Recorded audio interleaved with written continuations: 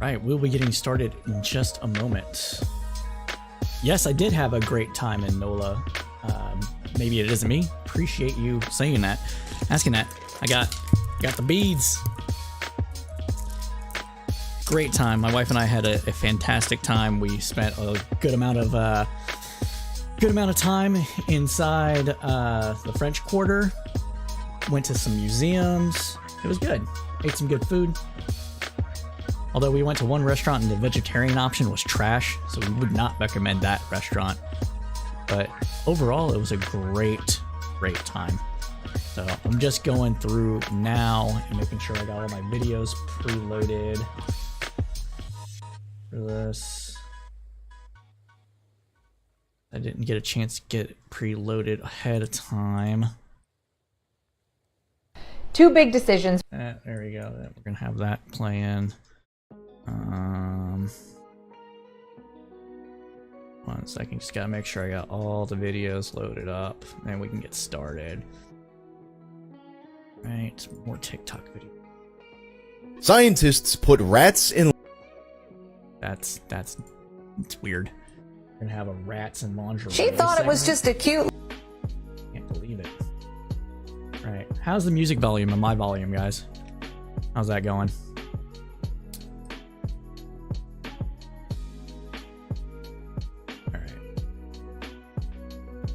Right.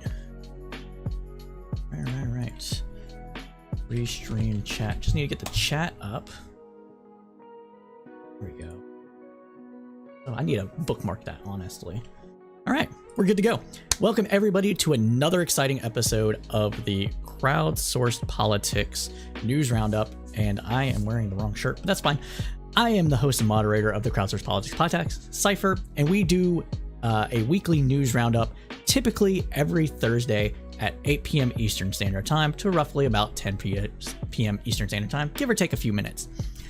We're doing it on Friday this week because I was in New Orleans for Mardi Gras, and the music is a little loud. Okay, I will turn it down. I can't hear it at all on my end, basically. That's why I'm asking y'all. I've seen the Karen confirmations, but so I was in New Orleans having a mini vacation, and it was a good time. Was able to work most of the week there, so I was only had to take a day off, and so it was great. Again, I got some beads. Got the Bacchus one, got the Tux one, got the Tosh one, or whatever. Thoth one. That's the one. My wife just corrected me. Thoth one. And so it was a good time. Got some art. Actually bought some art, which was cool. Was reasonably priced and great art. So I had a good time. So yeah, without further ado, let me go ahead and start this thing.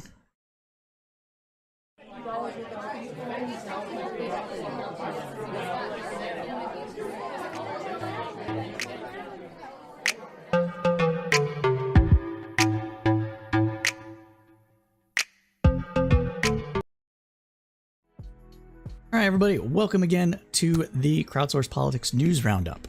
So we're glad that everybody that's tuning in now is able to, because it is great to see we have consistent viewership and we're growing. So thank you, everybody, so much. As most of you are aware, and for people that may not know, though, we like to do more than one podcast. We do this every week. We do another podcast called Cypher State, which is foreign affairs, foreign policy focused podcast. And in that vein, I will actually be on someone else's podcast at 4:30 p.m. Sunday, Eastern Standard Time, to talk about Ukraine and what the West should be doing now that the war has officially started. That will be on Independent Thoughts YouTube channel, and so I'll drop the link in there in chat or at some point today, and probably have it linked to you in Twitch. So yeah, that's what we're going to be doing. So with that, first up on the news roundup today is the Russia's war of aggression in Ukraine. So Russia's war against Ukraine entered into its second week yesterday, with fighting continuing across the country. Ukrainian fighters, including thousands of civilians, have surprised the world with their bravery and commitment to their motherland. It's reported that Putin was counting on the war lasting only a few days, or maybe a couple of weeks, but way way further along in the war preparation than it is currently on the side of Russia, but in 8 days of fighting, his forces have encountered massive resistance and forward progress has been very slow. There were reports earlier this week that the Ukrainian city of Kherson had fallen to Russia, but Ukrainian officials have disputed that report. Ukrainians still control the capital of Kyiv, despite Russians' efforts to overtake that city. Port City, Mariupol, and Kharkiv, Ukraine's second biggest city, experienced heavy shelling on Wednesday. Specific accounts of military activity are difficult to confirm as the situation on the ground is very, very fluid. Fighting around Kyiv has escalated over the past few days as Russian weapons hit residential buildings, schools, and hospitals. Russian propaganda is very widespread. For that reason, we're viewing any and all reporting out of Russia as suspect, as one should, because during war, propaganda is king, and there's a ton of propaganda coming out, honestly, of both sides. So we at Crowdsource Politics are currently trying our damnedest to wade through that propaganda to bring you just the facts with our own analysis and some opinions about those facts, but the facts first and foremost. So keep that in mind as the war continues. Case in point, the Ghost of Kyiv might have been a propaganda operation from the Ukrainian government, as some of the video footage taken of the Ghost of Kyiv downing Russian planes may have come from Arma 3, which some of our viewers are very well aware of. Now, continuing on, Putin has also continued to say that there is a special military operation was necessary to denazify Ukraine and stop the genocide, quote unquote, of its citizens, that of the Russian ethnic group. They continue to insist that they have not attacked any civilian areas. They contend that Ukraine is destroying its own country and blaming it on Russia, which is patently false. Right? Don't make any mistake about that. That is 100% not true. Tuesday, the Russian government blocked the country's only two major independent news broadcasters. They accused the independent broadcasters of spreading false information about Moscow invasion of Ukraine. Russia's state channels such as Russia Today and Sputnik are banned from using the word war and invasion in relation to Russia's assault on Ukraine. Russian President Vladimir Putin instead has referred to it as a quote-unquote special military operation. The State Department has said that Russia's parliament has passed a bill that makes unofficial reporting of the invasion punishable by up to 15 years in prison.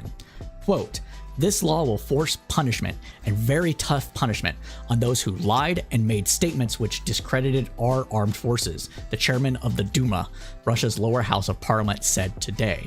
Russia is blocking Facebook for restricting state-backed channels and the website of the BBC, Deutsche Welle, and Voice of America. So they're trying to say, well, the BBC is allowed and the Deutsche Welle is allowed and Voice of America allowed. They're the same as Russia Today, so we're going to restrict those in our areas. Again, propaganda war is in full effect. Quote, "It leaves us no other option than to temporarily suspend the work of all BBC News journalists and their support staff within the Russian Federation," said Tim Davie, the Director General of the BBC. Jailed Russian activist Alexei Navalny is urging citizens of Russia and people around the world to stage daily protest against Russia's invasion. We, Russia, want to be a nation of peace. Alas, few people would call us that now, Navalny said Wednesday in a series of posts on Twitter via his spokesperson. But let's at least not become a nation of frightened, silent people. Of crowds who pretend not to notice the aggressive war against Ukraine unleashed by our obvious insane Tsar. Whether you are in Russia, Belarus, or on the other side of the planet, go to the main square of your city every weekday at 2 p.m. on weekends and at 2 p.m. on weekends and holidays. So we're going to play a little clip of Putin cracking down upon the protest within Russia now. And this is coming from The Independent.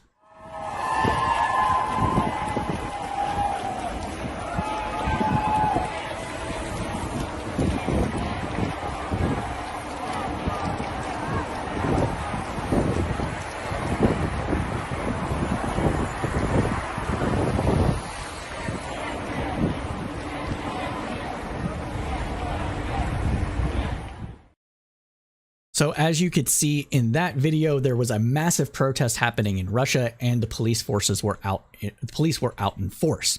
Now, with this, police have arrested or detained 7,642 protesters since the invasion began, according to the OVD Info Project, an independent Russian human rights monitoring group. Ukraine has reported that a number of Russian soldiers laid down their arms and surrendered. They contend that they did not know that their mission was to destroy Ukrainian cities and kill Ukrainian civilians. Ukrainian refugees are being welcomed by bordering countries, with about half of them relocating to Poland. Berlin has welcomed many of those same fleeing Ukrainians, as has Hungary and Moldova. Now, one of the things that should be mentioned here is that there have been reports out of Ukraine that state that people of color, other ethnic backgrounds other than Ukrainians, we're talking Africans, Indians, etc., Indians being from India, etc., being denied the ability to leave, or at least having them take a lower priority of being able to be evacuated out of Ukraine by Ukrainian soldiers on the ground monitoring and controlling the border access to Ukraine. These reports have been verified independently by Western media and other journalistic outfits. So we're talking independent media as well as the standard MSM media. What should be noted here is that the Ukrainian government has acknowledged that this is happening, and they're doing what efforts they can to eliminate that from happening. This is as a reporting as of Saturday on this particular thing. So those reports, those TikTok videos, those Twitter videos you saw floating around on social media were probably likely true. However, some of the videos have been actually had their signal boosted directly by Russian propaganda outfits on social media. So again, things have to be taken with a grain of salt until they can be independently verified. And by independently verified, we mean multiple verifications from news media outlets across the political spectrum. If it's coming out of Russia, it should be assumed to be, at least to me, assumed to be suspect. But if it is coming out of a different government's organization, maybe that even if they have some ties or loyalties to Russia or are anti-Western, do not necessarily view those as suspect, but do get them verified first before going headlong into what is being discussed here. Let's check out the comments so far. Let's see. So maybe it isn't me has said, yeah, it's cool. It comes up. The citizens of Ukraine and Russia, I feel so sorry for them. None of the normal ones want this, and they are paying for all of this, not Putin nor his friends. Very true. And that is actually a great segue to come in and talk about the sanctions that are being levied against Russia as we speak. The US and NATO allies have sanctioned Russia in unprecedented ways. The value of the ruble plummeted to less than $1 cent this week after a new round of Western sanctions were enacted on Russia following the invasion of Ukraine. Russia has tried to make the economy more resilient of sanctions since 2014, when the United States and Europe sanctioned its finance, defense, and oil industries in response to the Kremlin's annexation of Crimea. But the latest economic penalties are unlike anything Russia has faced before, cutting off the government from the vast majority of its 640 billion in reserves. The money was essential to Russia's efforts to withstand escalating sanctions. Without it, Russian central banks cannot step in to protect the value of the ruble, whether trade distributions or stabilize the country's overall economy. Now, the reason that this is the case is because Russia has debt that is denominated in US dollars. It also has debt denominated in other world currencies. Not all of Russian debt is denominated in Russian rubles. So in order for it to shore up its own economy and its own citizens and insulate them from any sanctions that may happen, they need access to dollars. When citizens make a run on the banks, which is basically going to a bank and trying to withdraw all their US dollars, that is going to make the ruble, the Russian currency, fall in tandem with those withdrawals. So that's what we're seeing currently here. Now, until last week, there was no reason to believe Russia would ever lose access to its reserves across the United States, Europe, and Japan. Cutting off access to the central bank's reserves severely restrains Russia's response to brewing economic crisis and threatens a nosedive for its currency. In ordinary times, or unless less sweeping sanctions, the Russian central bank could cut the cycle short by trading rubles for dollars at a guaranteed rate, say 80 rubles per day. Because the bank is willing to exchange at that rate, Alt-tabbed by mistake. Because the bank is willing to exchange at that rate, 80 rubles is now worth $1 and will be for a long time, will be for as long as the bank's reserves hold out. Russia stockpiled those assets, but it can no longer reach most of them. Russia's central bank has heavily invested in gold since 2014, creating a large domestic stockpile. Again, the reason for the stockpiling of the gold is to also shore up its own currency in order to meet its debt obligations. But the gold cannot be used to bolster ruble because the country cannot sell the gold for dollars, euros, or yen because of these sanctions. Signs on the ground pointed to a troubled future as Russians rushed to withdraw money from banks, and country's stock market remained largely closed for the fourth day running.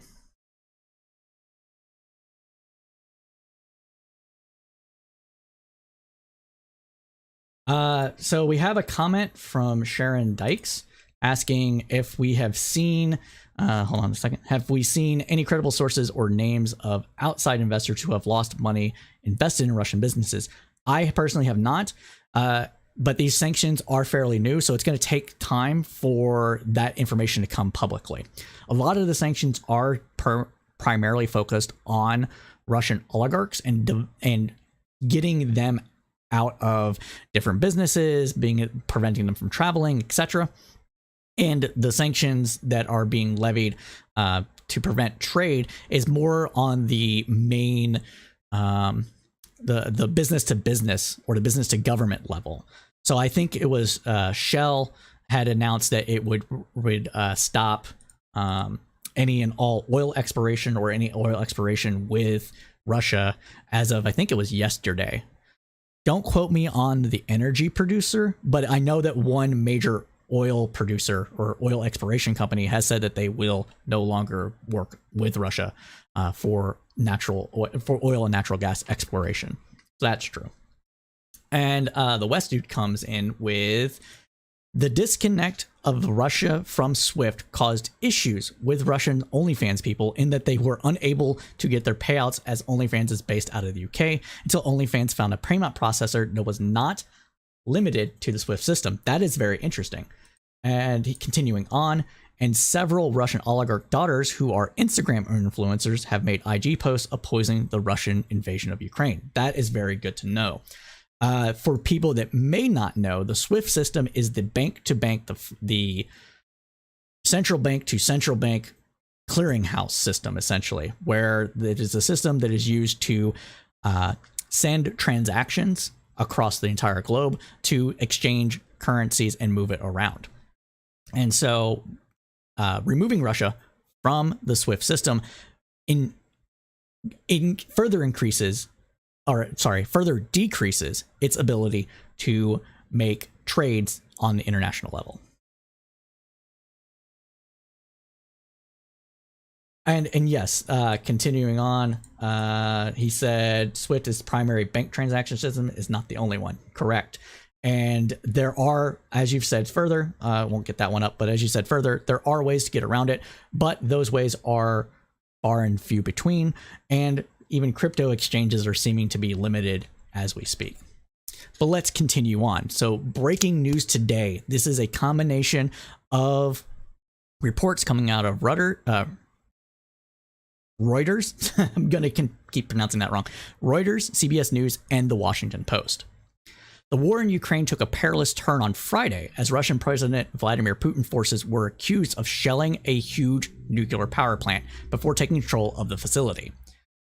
Ukraine's nuclear energy agency said a fire sparked by Russian shelling of the Zaporizhzhia nuclear power plant about 400 miles southeast of Kyiv was extinguished with no risk of radiation leaks.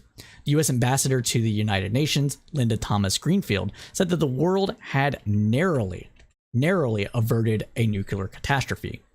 A Pentagon spokesman called on Russia to be more responsible about the targets they choose to attack in Ukraine. They warned that the overnight strike on a nuclear power plant could have easily visited a lot more damage and destruction on Ukraine and its neighbors, a category that includes Russia. A thermal energy pipeline was also damaged in the attack. Damage to the pipeline has made it, quote, impossible to supply thermal energy in the city. They estimated that the heat will be restored by Saturday. Forecast shows temperatures are expected to dip below freezing in the coming days.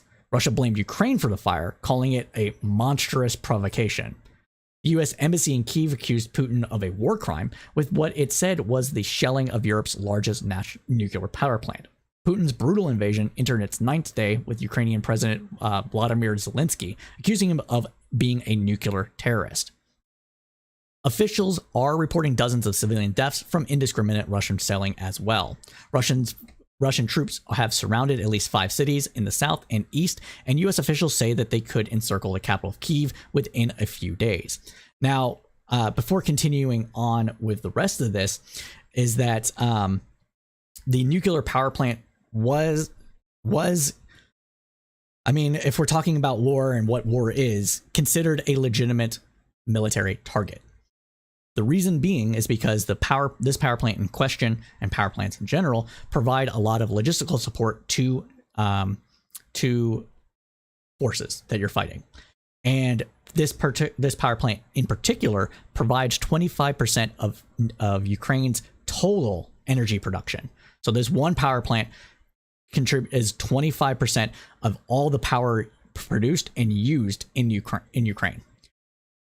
The indiscriminate shelling was terrible. Don't get me wrong. I'm not saying this is good. This could have been easily a catastrophe that would have poisoned Europe and would have been actually a reason for the Europeans to get directly involved in the war by sending troops into Ukraine to help out Ukraine against Russia. And that could have easily sparked World War III. So that's why everybody is coming out and saying these things. But that's war, right? And don't be surprised if we see more of these kind of actions being reported on in the coming days. Now, let's see the comments here. Yes, it is the largest nuclear power plant in Europe as well. Okay, let's continue on. So, but refusing to risk direct military engagement with Russian forces, the West has declined mounting requests for NATO-enforced no-fly zones over Ukraine. This would put U.S., NATO, German, etc. forces directly in direct confrontation with Russia, which could also spark World War III. The biggest attack on European states since World War II has created over 1 million refugees, a barrage of sanctions, and an exodus of firms from Russia and fears of global economic hit. The southeastern port city of Mariupol, a key prize for Russian forces, has been encircled and shelled as well. There is no water, heat, or electricity, and it is running out of food after 5 days under attack, according to the mayor Vadmin Boychenko. So they're clearly sieging cities. Quote, "We are simply being destroyed," he said. A glut of global brands have halted operations or exited completely, while shipping and supply chain issues have made it difficult to work in Russia. Microsoft said on Friday it was suspending sales of its products and services in the country. As the battle between Russia and the West escalates on a number of fronts, the United States has warned the conflict in Ukraine is a threat to rules-based order, or the destruction of the post-war world order. But NATO allies on Friday rejected Ukraine's appeal for a no-fly zone, saying that they were increasing support, but that stepping in directly would lead to a broader, even more brutal European war. And they are not wrong. In other news, the White House is conducting an internal review to determine if Russia has committed any war crimes. Now, according to the Washington Post today, quoted the White House press secretary Jen Psaki saying, quote, "What I will say is that the international targeting of civilians or civilian objects would be considered a war crime, even as we are assessing," Psaki told reporters. Regardless of the legality, this action was the height of irresponsibility, she further stated. Kremlin must cease operations around nuclear infrastructure, and we have, of course, remaining concerns. The best step for nuclear safety would be for Russia to immediately withdraw its forces around that facility. Kamir Khan, the International Criminal Court's chief prosecutor, said his office has received referrals from 39 countries as of Wednesday regarding the situation in Ukraine. Neither Ukraine nor Russia is party to the court, so neither can bring allegations to prosecutors. But Ukraine has twice accepted the court's jurisdiction over its territory, and other countries can refer alleged crimes there to the court. A leading American internet service provider, Convoy Communications, and said it was also severing relations with Russia's customers on Friday. This move gives Ukrainian officials another victory in their campaign to isolate Russia online. All right, so going over to the comments here, needing to make sure we're not missing anything good and juicy. So the West dude says, so I'm sorry, everybody, there's about a 5-10 second delay, and YouTube is slightly delayed more than this. So if I'm getting your questions late, I apologize. But let's get this on screen here. Well, the big question is Russia a signatory to the World Court? If they are just a signatory to the Geneva Conventions, like the US, but not the World Court, then Russia would not be subject to War Crimes Commission. True, but you could have a show of force and find them at fault, which further cements things that other countries would be legally able to do and give them bolster to doing those things as well. Sharon had stated that Kentucky Teachers Retirement Union had money invested in Russian banking. They sold off a few days ago and did take a loss. However, the first report was a 13 million loss, which was not correct according to the Lexington Herald. That is very interesting. I was not aware of any pension funds, public or otherwise, that was invested within, had any invested interest in Russia at all. So we will definitely be sure to monitor that going forward. I forgot to turn this on.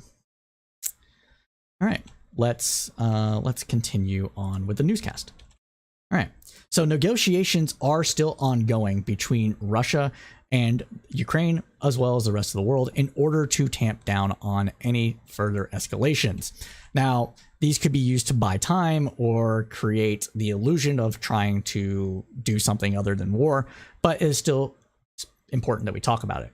So peace talks resumed on Thursday between Russia and Ukraine. Both sides left after several hours of negotiating without a ceasefire agreement, and war continues to rage on as of today. The Russian and Ukrainian delegations gathered in the Brest region of Belarus for the second round of talks in 4 days. Quote, the second round of negotiations is over. Unfortunately, the results Ukraine needed or needs are not yet achieved, Ukrainian presidential advisor tweeted following the meeting. Russia's foreign minister said that Russia will continue to insist that any peace agreement with Ukraine must include a promise that Ukraine will, quote, demilitarize. In other words, they're worried about Ukraine joining NATO and pointing missiles at Russia. That is a concern, and I think that concern is real. However, I also think it is partly pretense for Putin to rebuild, I should say, the Russian empire. Now, Russia has also signaled it wants to discuss Ukraine's dropping a, quote, neutral status and agreeing to abandon its ambition of joining NATO. Yeah, they're going to really abandon that position now that they've been invaded. Okay. Now, during a televised briefing on Thursday with foreign journalists, including ABC News, Russian Foreign Minister Sergei Lavrov said Russia is ready to negotiate. Lavrov said Russia would continue its military operations while the talks were ongoing, saying it cannot allow, quote, military infrastructure to remain in Ukraine as a threat to Russia. In other words, when you're in negotiations, you fight for the strongest position. If they stopped fighting, if they stopped shelling, if they stopped killing Ukrainians, that could allow Ukraine to build up and be in a stronger negotiating position. Again, these are pretenses. Zelensky on Thursday expressed no interest in demilitarizing and issued a warning to Russia's President Vladimir Putin. Quote, you will repay everything you did to Ukraine in full, Zelensky said in a televised news conference, and we will not forget those who perished, and God won't. Zelensky said he is ready to meet and talk with Putin, though. Now, I'm going to say it. I'm going to be a little bit of a simp here, but Zelensky is kind of a badass. What person in modern history, what president, leader in modern history has actually fought on the front lines with their citizens in defense or even in aggression of another country? I can't think of one. I don't know. Can anybody think of one? I really would like, if one exists, I would really like to know about it. So go ahead and drop that in the comments here, if you know something. But when people say that Zelensky will be remembered throughout all time, I don't think that is an exaggeration because of the things that he's doing here, as well as his ability to galvanize not only Ukrainians, but the world to help fight back Russia. Now, we had some breaking news as soon as we came on the air, so about like 30 minutes ago or so. But this is coming from CNN, and this is what has happened so far. U.S. and Russia officials monitoring the war in Ukraine noticed a pronounced shift earlier this week in Russia's strategy. Namely, the Russia now appears poised to bomb cities into submission, which could inflict significant civilian casualties, a senior Western intelligence official told CNN. The heavier weapons are not just heavier in their weight, they're also heavier in terms of the damage they can inflict, the official said, and they're far less discriminate, so more casualties. It is a very crude approach, the official said. He said that his experience with Russian leadership and Putin, quote, leads me to judge that they are of completely different standards when it comes to respect for human life. And Russia forces are approaching Ukraine's second largest nuclear facility, U.S. Ambassador to the United Nations Linda Thomas-Greenfield said at the UN on Friday. Now, this is true. When people go to war, they generally go to war for keeps. They're not going to hold back. And one of the surest ways to try to win a war, as sad as this is to not have any concern about human life whatsoever. You kill as many people as you can to break the will of the enemy you're against and make them submit to your will.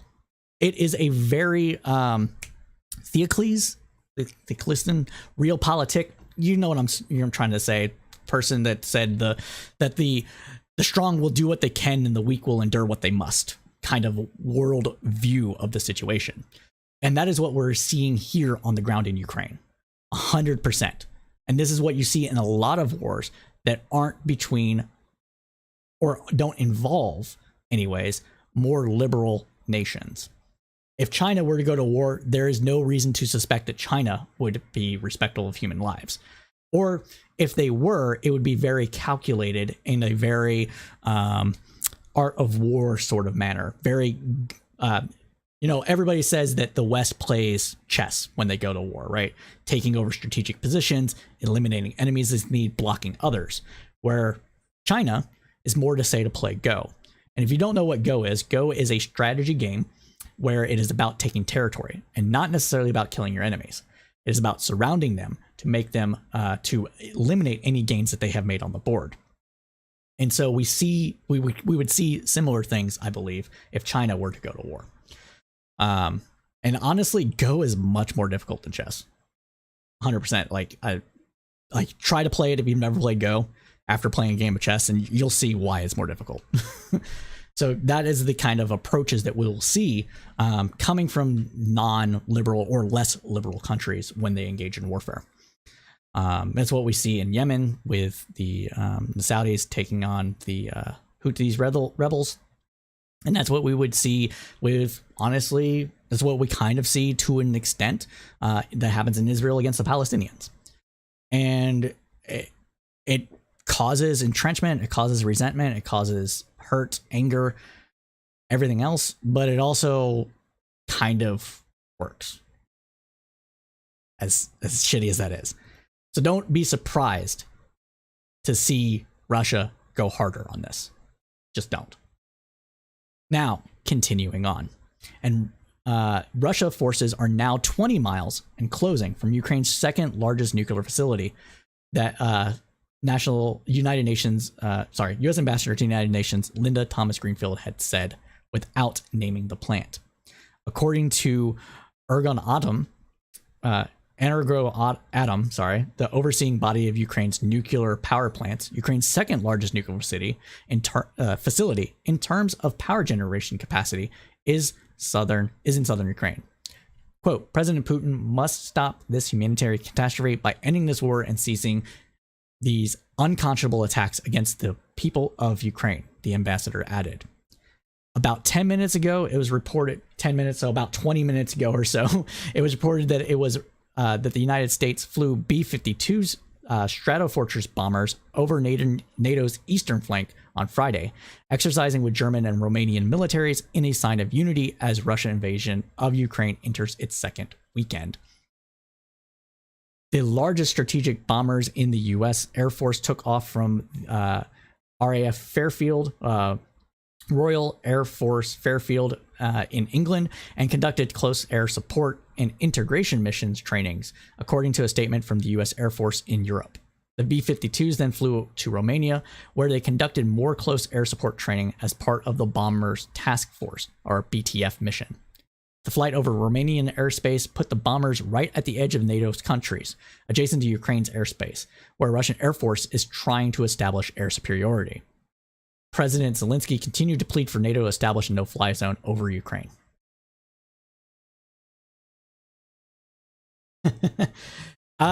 Quibbles over coffee. So this is a good starting. I'll get to that in a second. So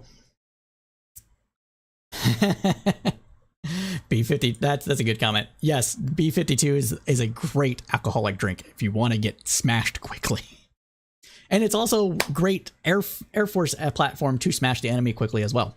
Now, what this is doing here is the West, US, NATO, Germany, France, etc., do not believe that President Vladimir Putin will stop with Ukraine.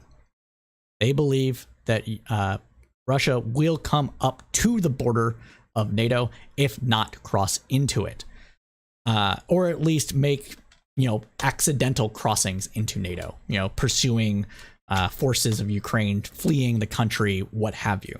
And so what these operations are designed to do is to give assurances to NATO's eastern countries, the Eastern Bloc, the Baltic states, the former members of the USSR, that they will not succumb to Russian aggression. And by stationing military exercises and military equipment in the eastern areas of NATO, you see that it would raise the stakes for Putin to go beyond Ukraine and actually enter those countries. And by putting US forces, German forces, etc. forces directly in harm's way of the Russian aggression, it might actually prevent Russia from trying to do anything. Because if one of a NATO member is killed, that will give resolve to populations in the United States, Germany, France, etc., the resolve to actually get involved in the war after someone had been killed. So that is what this is designed to do. It probably is working, but you can never be too sure. So pray to your God, knock on wood, whatever the fuck you do. Hope that Russia doesn't cross beyond Ukraine into the Baltic states, because that will be a shit show and everybody would be fucked. Now, Quibbles Over Coffee has asked, have you been following UC Berkeley's students versus the NIMBYs? It's getting wild. I have not been following it closely. I did read an article earlier today about the fact that that Berkeley has been told by the College of Berkeley has been told by Berkeley County that they cannot expand the number of students coming onto campus because the NIMBYs are afraid that it will lower property value or streets or whatever. It's a very NIMBY argument. One person that actually follows that I talk to on a regular basis on Facebook had brought up the fact that it might be in response to some of the Berkeley riots that happened, about 6 years ago now, I think, is when they happened. And that actually might have some credence. So I'm actually interested to see what some of those videos from, city council meetings or what have you would reveal in that regard. But I don't know much else about it. Let me see.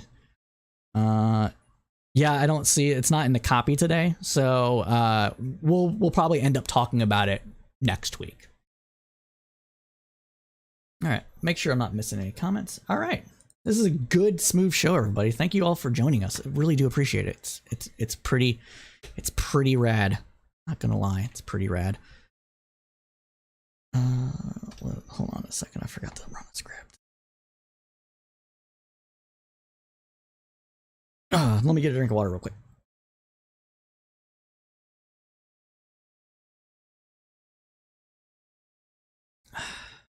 Delicious water.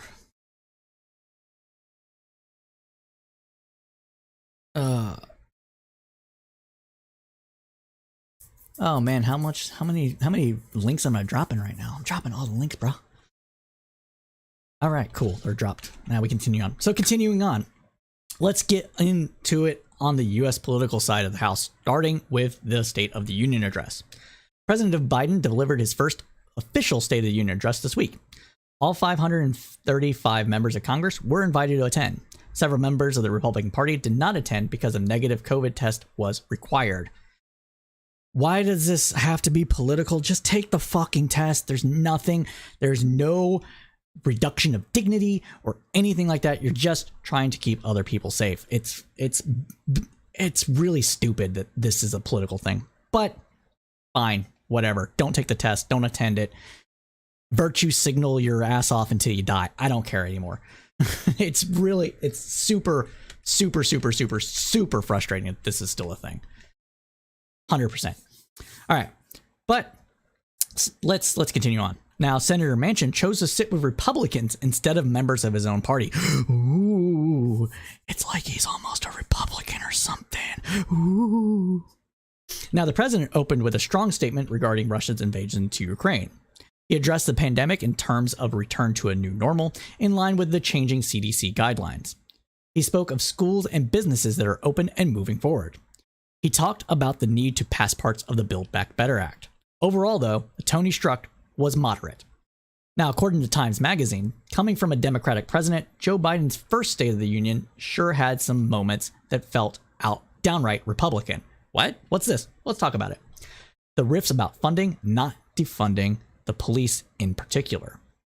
Now, a Made in America manufacturing agenda, deficit reductions, and a rousing, if slightly vengeful, call to beat back Moscow's march westward with Cold War belligerents.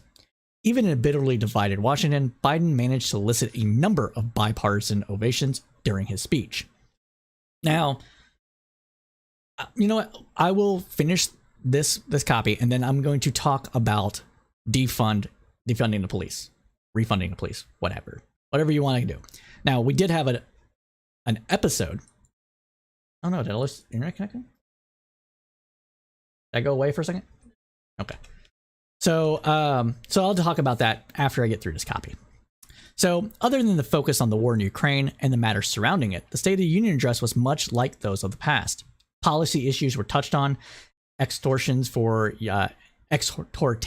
for unity were uttered, and two members of Congress heckled the president. Republican Representative Marjorie Taylor Greene of Georgia and Lauren Boebert of Colorado repeatedly interjected during the address. Greene grumbled through the entire part of Biden's speech about COVID policy, because according to her, it's all made up bullshit. But it's wrong, it's not made up bullshit, and we're getting through it because of vaccination rates upticking, sadly, because Republicans started to die. Let's continue on. Later, she shouted a remark about women's sports when Biden mentioned new laws targeting transgender Americans and their families. Now, of course, this is in regards to transgender girls, mostly, competing with cis girls. And the idea that this is somehow taking away advantages or opportunities from cis women, cis girls, rather. No, it's not. There are some arguments to be made about individual sports and what kind of advantages or disadvantages may exist when it comes to hormone replacement therapy, HRT, or other things. But when we're talking about on the high school level or lower, there's really no thing about it at all. And a lot of people misunderstand what Title IX is about. Title IX wasn't created to establish women's sports in general. That was the outcome of its section. And so there's a number of different reasons for that. It's partly because of the idea of or the fact that men and women are built differently, and so there are things around that about strength and competition and stuff like that.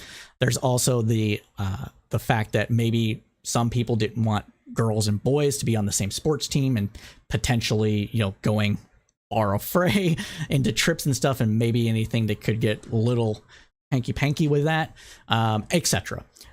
All Title IX actually was designed to do was to give opportunity to play sport of whatever person's choice is that being. Yes, it was about ensuring scholastics got the same funding across both genders. Yes, and it did, but it didn't force there to be separate sports teams like a lot of people claim. So I'm going to actually put that up. Because that's an important point to notice. West dude, Title IX was about ensuring scholastics got the same funding across both genders. True. So the natural, or not natural, but the political thing from that was separate and equal sports teams. But this is a little known thing. If your high school does not offer a sport for men that it offers to women, or girls that it offers to boys, then the boys can compete on the sports team with the girls. I learned about this in high school because I really enjoyed volleyball. I don't know why. I just liked volleyball for some reason. I'm short, whatever. It's neither here nor there, but I really like volleyball. And so I was talking to my gym teacher at the time about it, and she's like, well, just ask to play on the girls' team. They have to let you. And I'm like, wait, really? And that's how I came to understand this, because there was me and somebody else who were like, we want to play volleyball, but but when she said that, I'm like, nah, we don't want to play on the girls' team, but that's cool to know. So yeah, that's how I found out about that. So that's actually what's going here. But yeah. Anyways, let's continue on though. Forgetful confection is the first time she's hearing the story. Love you, baby. Funny. But yeah, that's how I found out about that. So let's continue on.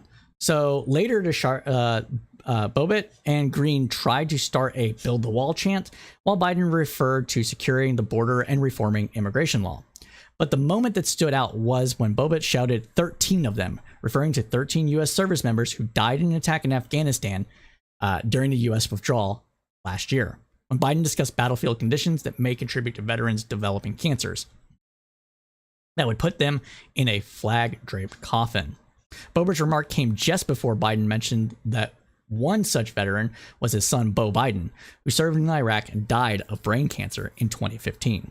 Governor Kim Reynolds gave the customary rebuttal for the Republicans. His remarks contained no surprises. Or her remarks, sorry. Governor Kim Reynolds, her remarks came as no surprise. She recited a litany of right-wing talking points, including that Biden and Democrats want to defund the police, despite the president's words to the contrary, not an hour before. In an unusual move, Democratic Representative Rashid Tlaib of Michigan also spoke after the State of the Union speech. When she announced her intentions to do so, moderate members of the House were not pleased. One likened it to keying your own car, but Tlaib's remarks were more of a buffing than a keying, as she praised much of Biden's speech. The response of viewers was overwhelmingly positive as well. A new CBS News YouGov poll found that 78% of surveyed Americans who watched Biden's address approved of his remarks, while 22% disapproved. Those are good numbers. Those surveyed were also asked to check all the feelings that applied to them after watching his speech, and many said they came away with positive feelings. 67% said that they felt optimistic, and over 50% said they felt proud. When asked about Biden's policies, those surveyed responded more positively in multiple areas after his speech than they had before it. After watching Biden's address, 79% of respondents said the president's policies would help control the coronavirus pandemic, compared with 70% before. While 71% said they would deal effectively with Russia, compared to 60% before, an increase of 11 percentage points. And 64% said that he would lower inflation, compared with just 48% points beforehand. These are all great numbers for Biden. Despite everything that is coming out of with Russia, the easing of the COVID pandemic and COVID, the increase of inflation, etc., it seems that Americans, at least of those that watched the speech, because we all know that we're bifurcated and not every Republican tuned in, at least came away with feelings of more optimism and believe that the president is going to take us in the proper direction. Now, this is actually a good segue to riff about the fact that Biden said that he wanted to fund the police more. Regardless of what the left tells you about this situation, the polling numbers don't lie. It appears that despite all the rhetoric about defund the police coming out from the left, and with groups from Black Lives Matter to Antifa or what have you, that people overwhelmingly support at least keeping the same funding that police have now. They may want it better allocated, but they don't want to defund the police. They don't want to take money away from police forces. They don't want to take policing away. They don't want to reduce the number of cops on the beat. In fact, many people want to increase the number of cops on the beat. And this includes Black people, with 80%, according to one poll several months ago, saying that they want to keep or expand funding for police in terms of police presence. This number had actually gone up sharply prior to previous months due to the increase of crime in some major cities. Now, you might be thinking, well, Cypher, why are you talking about funding the police? Aren't you a big leftist? To a degree, yes, but I like effective policy. And effective policy means, and when it comes to crime, it means actually potentially, in certain circumstances, increasing the number of police officers that are on the beat. Now, it needs to be said that when you do so, if you care at all about human rights, you need to have the police actually interacting with the community. It's better for the police to come from the community or live in the community that they are patrolling. And you don't want to do things like, they call them proactive measures, but it's really, I like to say that they're more akin to civil rights violation measures in the hopes of preventing crime. You don't want to see those kind of things increase. You don't want to see a crackdown on extremely petty crime. For example, loitering, jaywalking, jumping turnstiles, etc. Pretty much anything that Rudy Giuliani said decreased the crime in New York City in the 90s, you don't want to see that happen.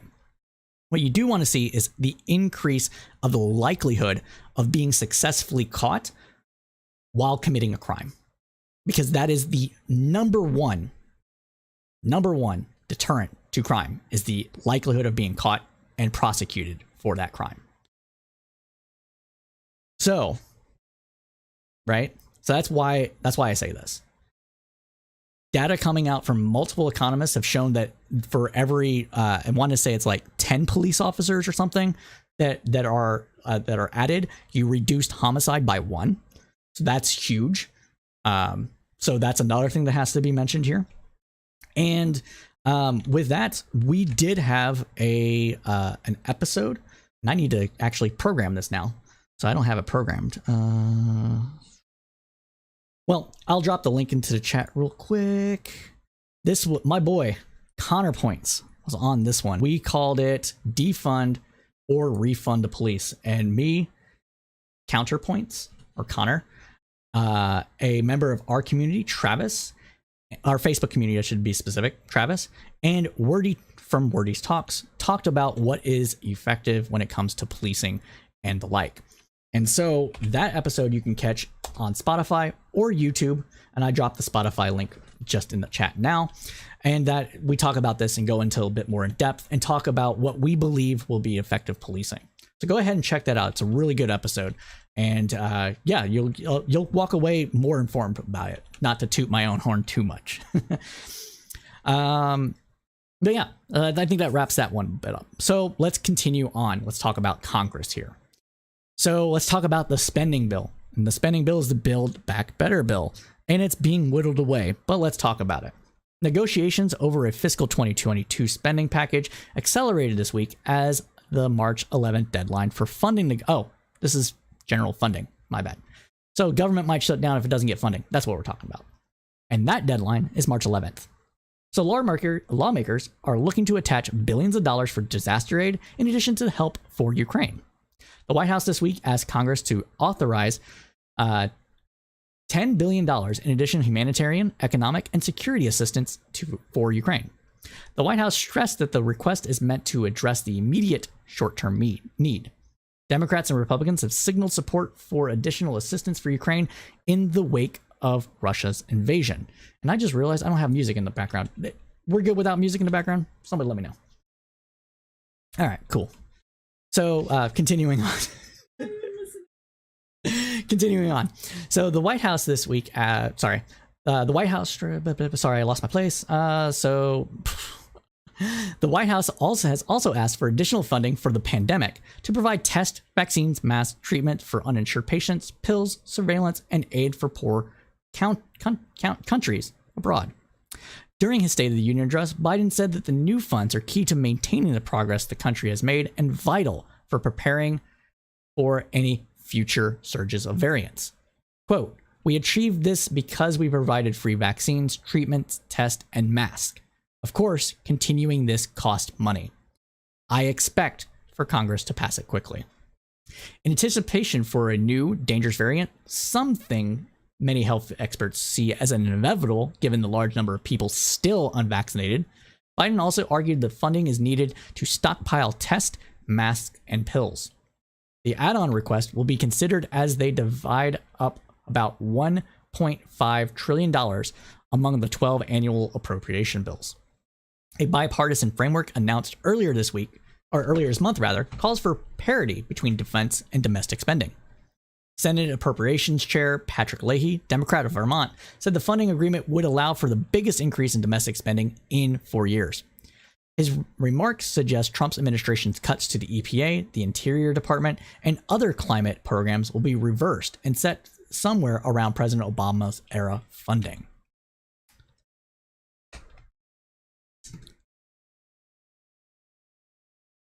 Now, let's talk about this Joe Manchin surprise we mentioned earlier back. All right. So, I actually want a marker. Boom. Hopefully that marked it. All right. So, if Senator Joe Manchin sitting with Republicans Tuesday night was a surprise, what he did next was absolutely mind-blowing. Hours after Biden laid out what he wanted to salvage from Democrats' defunct Build Back Better social spending plan, Manchin quickly assembled a counteroffer. Jesus Christ, dude. It feels like deja vu for Democrats, and many of them are still burned from last year's debacle. But many in the party are willing to entertain any shot they have to unify while they still have control of Congress. The West Virginian centrist laid out a basic party line package that could win his vote to lower the deficit and enact some new programs, provided they are permanently funded. That's good. I want these programs to be permanently funded. That's a good thing. Manchin, good job on that one. All right. Claps for Manchin. All right. Why is important to make the funding permanent? Well, because it makes the programs have longer staying power, and it's less likely for anybody to play fuck games with them in the future. Let's continue on though. The West Virginia it may be Democrats' best and last chance to get at least some of their major domestic priorities done before the midterm election. Might be also why Manchin is doing it now. Leading liberals acknowledge any potential deal would not come close to the $1.7 trillion package Manchin refused to support last year. Manchin said that if Democrats want to pass the reconciliation bill, they need to start with prescription drug savings and tax reform. Stop calling it tax reform. You're not reforming the tax code. You're just cutting taxes for fucking corporations and businesses and potentially the wealthy. That's not tax reform. Tax reform would be gutting odious tax regulations and causing the federal government to pay for or provide. Oh, I'm sorry. There's fireworks going on. If you can hear that, my bad. pay for things like free filing with the IRS if you have a W-2, that sort of stuff. That would be actual tax reform. I wish they would stop calling what they're doing tax reform, because it's not. All right. But let's continue on. The revenue can be split evenly between reducing the federal deficit and inflation on the one hand, and enacting new climate and social programs on the other, to the point where it is sustainable. Quote, if you do that, the revenue producing measures would be taxes and drugs. The spending is going to be climate, Manchin said. And the social issues, we basically have to deal with those, with any money that's left, he added. As far as whether he thinks his party finally understands his parameters for joining the talks, he said the Democrats know where I am. They just basically think that I'm going to change. Negotiating with Manchin isn't exactly Democrats' favorite topic after nearly a year of back and forth. Asked about whether he can envision a passable deal, Senator Mark Warner, Democrat of Virginia, responded, quote, I was hoping you were going to, like, ask me to expound upon Ukraine. I've got a lot of respect for him and hope springs eternal, Warner said. The two are often aligned in centrist deal-making groups. Manchin, who is also the chair of the Senate Energy Committee, said that the climate portion of any theoretical bill will look different now that Russia is invading Ukraine. He's calling for the U.S. to ban oil imports from Russia and ramped up domestic energy production, including fossil fuel. Basically, screw the climate. We got a war going on. Got to lower those gas prices. I mean, that was going to be the first casualty of this anyways, so may as well rip that Band-Aid off. However, I will say this. Unless the U.S. government is willing to nationalize oil production in the United States, the only thing that we can do is corporate giveaways in order to entice them to bring more oil to market by saying that we're going to pay them above and beyond the actual market rate of oil, because they are not willing to turn on those pumps with oil prices being below, I want to say industry experts said about $150 a barrel. Now we're closely approaching that, and this might work itself out. But as long as that oil barrel of oil is that low, if lower than that, they have no incentive as of right now, especially for making up for lost revenues during COVID for the last 2 years, mind you. They have to make up 2 years of revenue in their mind, because shareholder economy is all the thing that matters. They're not going to turn on those pumps. So, based Manchin, nationalization? I don't know. We'll see. Continuing on. You want to be able to defend your people, have reliable, dependable, and affordable power? You have to use all the above, Manchin said, defending his support for clean energy investment. They say Manchin doesn't care. He's killing the environment. I'm not killing anything. Though he prefers everything in Congress to be bipartisan, Manchin said he will come to that conclusion that changing the tax code to make the rich and corporates pay their fair share can only be done with Democratic votes. To enact Manchin's vision, Democrats would also have to bargain with Arizona Senator Kyrsten Sinema. Sinema said on Wednesday that the tax package negotiated last year, which shied away from raising those rates, would more than pay for what Manchin is talking about. Interesting. Manchin said on Thursday afternoon that he will look at tax proposals supported by Sinema, a fellow moderate who does not favor tax rate increases, because she's a Republican. The reason I say that is because I personally think that Sinema has been bought. She was a Green Party member, which honestly, you run as a Green Party candidate for years, you're just grifting. Like, you're trying to keep the money coming in because or you're a true believer. There's two. You're either a true believer, which means you're an ideologue, or you're a grifter.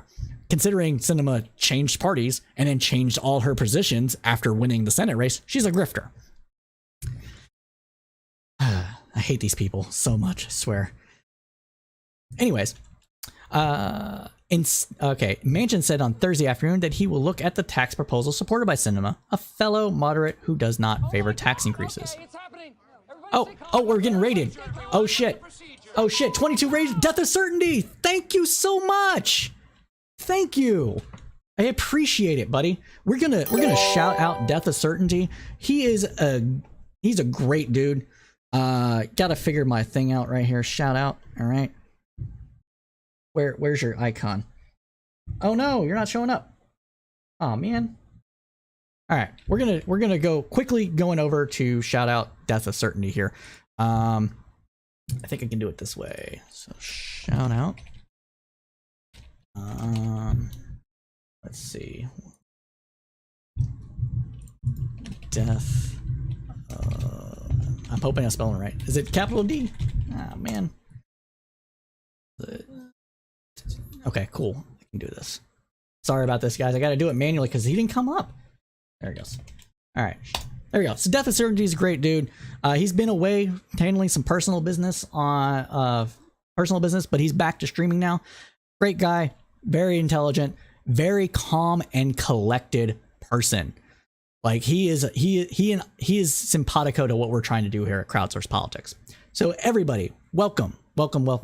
Thank you for joining in on the raid. 22 people raided us, so that is fantastic.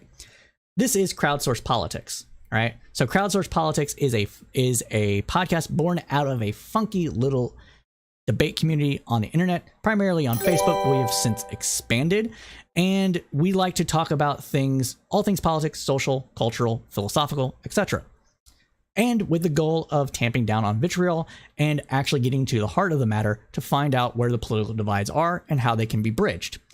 In that vein, we at Crowdsource Politics do a Crowdsourced Politics news roundup, where we wrap up the news that was of the last week with the kind of analysis only the crowd can provide. That is what you are watching here. So thank you everybody for joining in on that. If you like what you're hearing so far, or you trust Death of Certainty's judgment for rating us, smash that like button. It really does help us out. If you are just joining us, we are talking about the defunct Build Back Better bill and what the spending packages could be in turn. We're just talking shit about cinema and how Joe Manchin is thinking that he can win her over, and how cinema is probably a grifter because she ran as the Green Party, changed into Democrat, gave up all her positions now that she's in Congress, and has received a ton of money from former adversaries. So that's what we kind of do here. Kind of give you the news, give it a little bit of analysis, a little bit of fun. So, hey, thanks for joining. Now, continuing on. So instead of wanting to increase taxes on corporations and the very wealthy, she helped craft a package that creates a surtax for people that earn more than $10 million a year and a corporate minimum tax for large companies. Manchin said it's his preference to wipe away the 2017 tax cuts signed by former President Donald Trump as much as possible. The money can then be used to finance some new investments in climate and social programs, as well as deficit and inflation reduction. Quote, you have to basically make the adjustments we voted against. We thought it was unfair in 2017, Manchin said. Every Democrat united against the unfairness of the tax package, so leaving any of those major rates basically is saying we're okay with that. He's not exactly wrong here. I give Manchin a lot of shit for being basically a Republican.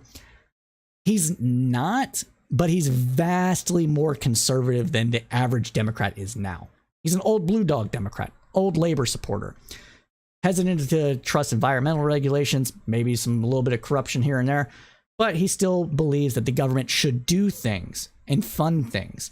But being more on the conservative side of the Democratic House, he believes those things need to be paid for and not through debt.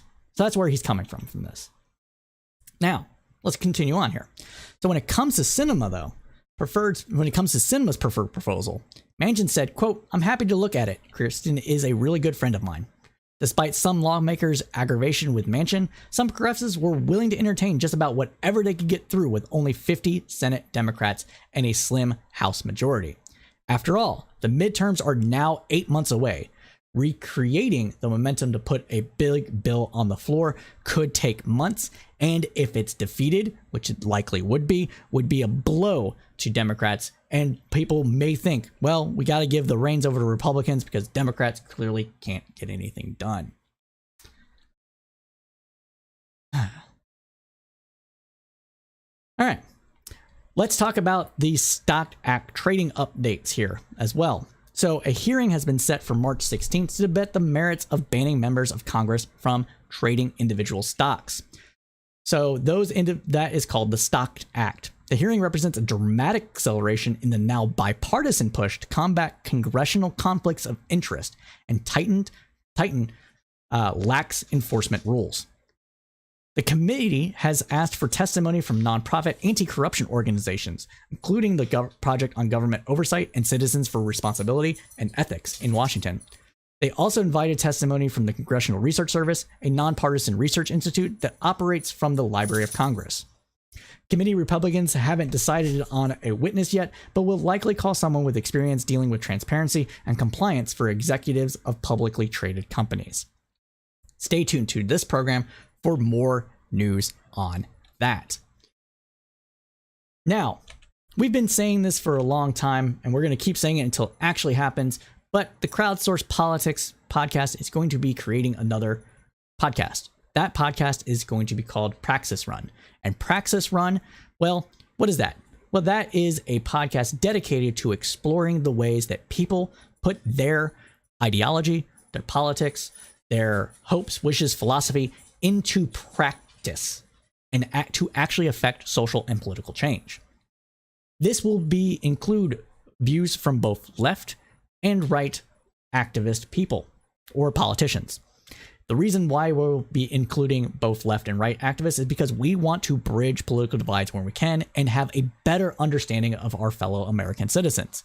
We felt that doing this kind of podcast would be the best way that we could help foster that kind of engagement. So expect to see things along the lines of interviewing a pro-life activist, followed by interviewing a pro-choice activist, letting them have their say, maybe pushing back a little bit, maybe just a little bit to seek clarity in the hopes of seeking clarity. But we're not going to say you're an evil person in these kind of podcasts. We won't interview racist. But we may interview some anti-racist. Why would we not interview racist? Well, that it goes against everything that we stand for. So we're not going to try to tell people how to go about convincing others to be racist. But we will talk about Republican, Democrat, leftist, Green Party, Tea Party issues, pro-gun, anti-gun kind of issues as well. So stay tuned for that. When that is set, when we have the first one booked, we will let everybody know, and they will be streamed live on Twitch. All right, so let's continue on. So we have a interesting update from Scotus that talks about CIA black sites. So there was a decision this week regarding CIA black sites, and we're going to let Scotus blog explain that because they can do it better than we can. That's their wheelhouse. So let's go ahead and do that. And I think I can do this. Zoom. No, Hello, TikTok. Today, the Supreme Court allowed the United States government to withhold information about its post 9/11 torture program at CIA black sites under something called the State Secrets Privilege.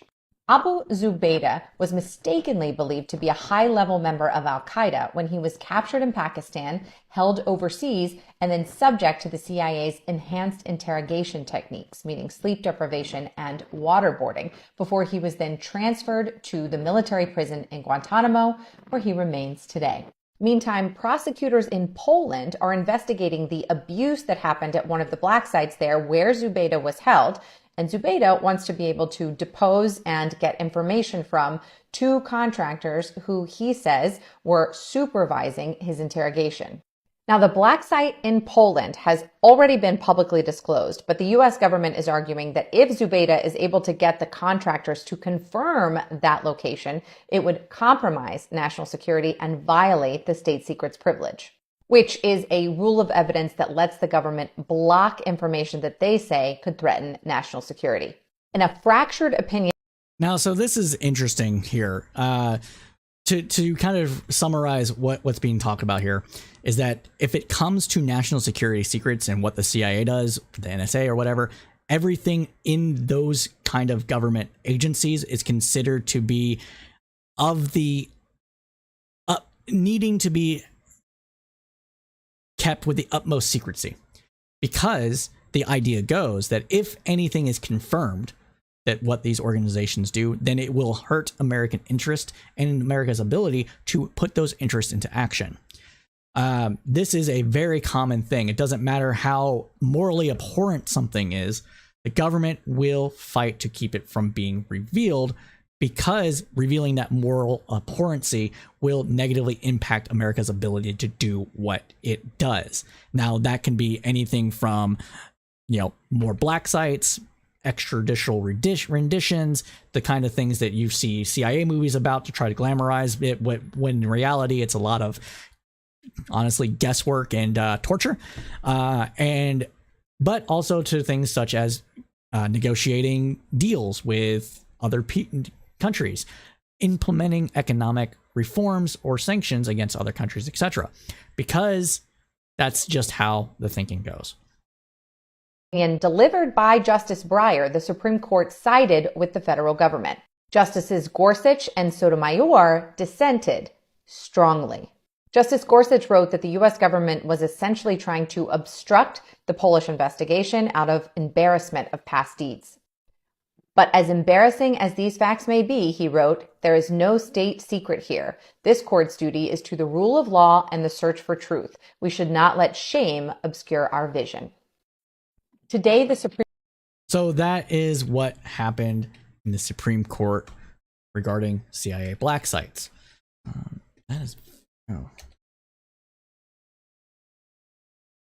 So let's continue on. So there's more coming out of Scotus.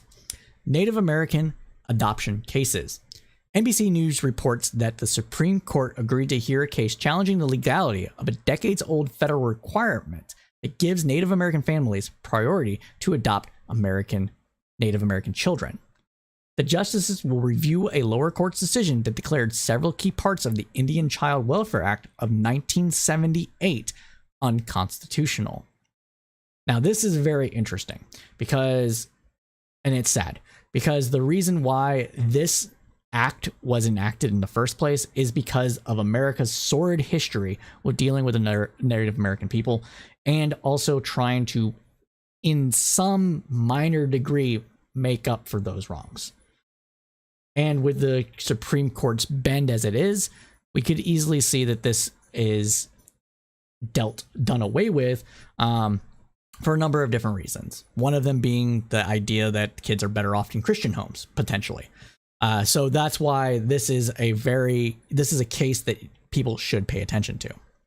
Now, President Biden's administration and several Native American tribes are defending the law, which aims to reinforce tribal connection by placing Native American children with relatives within or people within their communities, which is probably better for the child anyways, in a lot of cases. Now, I won't say it's every single case is the best interest of the child, and hey, I'm of the opinion that the best interest of the child should supersede other things. That includes potentially the cultural ramifications of some of these things. However, keeping them with relatives and within the community that they've grown up with is actually, generally speaking, in the best interest of the child, not because of cultural issues, but because of how uprooting a child from their environment is traumatic. And I can say this with personal experience. I was a foster child, and my mom giving me and my brother to into the foster care system because she was not able at the time to properly take care of us was traumatic. And this is going to be at least as traumatic as what I experienced.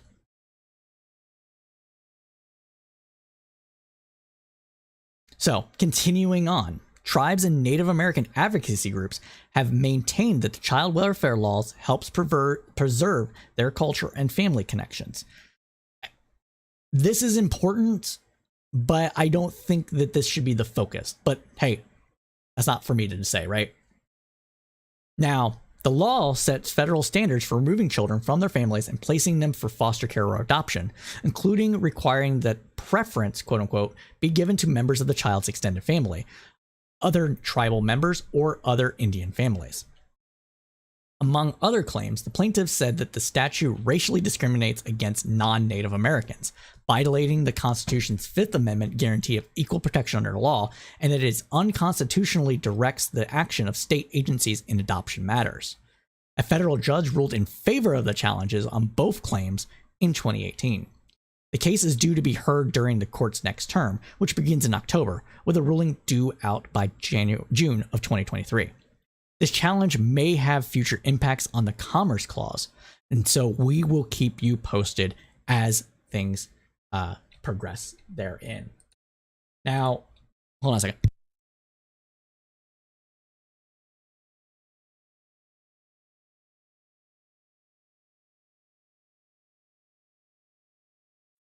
Two big decisions from. Sorry about that. I had a cough. So we have as well coming out some important decisions coming out from the Scotus blog around Kentucky abortion laws. So let's go ahead and listen to Scotus blog again, discuss those, because again, they can repeat this way better than I can, but I can give some contextual context to it. Two big decisions from the Supreme Court today.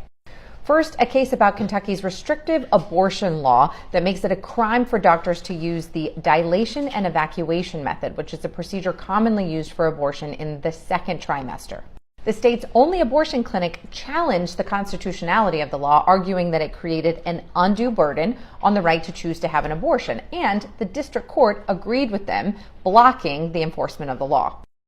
So the undue burden is basically stating that if you create a law that essentially, for all intents purposes, eliminates the ability to have an abortion, then that law is in violation of the Supreme Court's ruling that abortion should be legal, and therefore a violation of the person's constitutional rights, or of citizens' constitutional rights, I should say.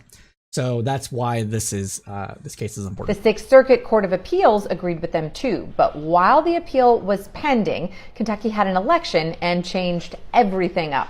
A new Democratic governor, a new Republican attorney general, and a new Secretary of Health appointed by the new governor. Now, the new health secretary defended the restrictive abortion law for one round, but when they lost, when the Sixth Circuit said that the law was unconstitutional, the health secretary bowed out and said, "I'm not going to keep defending this law." In fact, and that is legally permissible under pretty much any interpretation of the Constitution.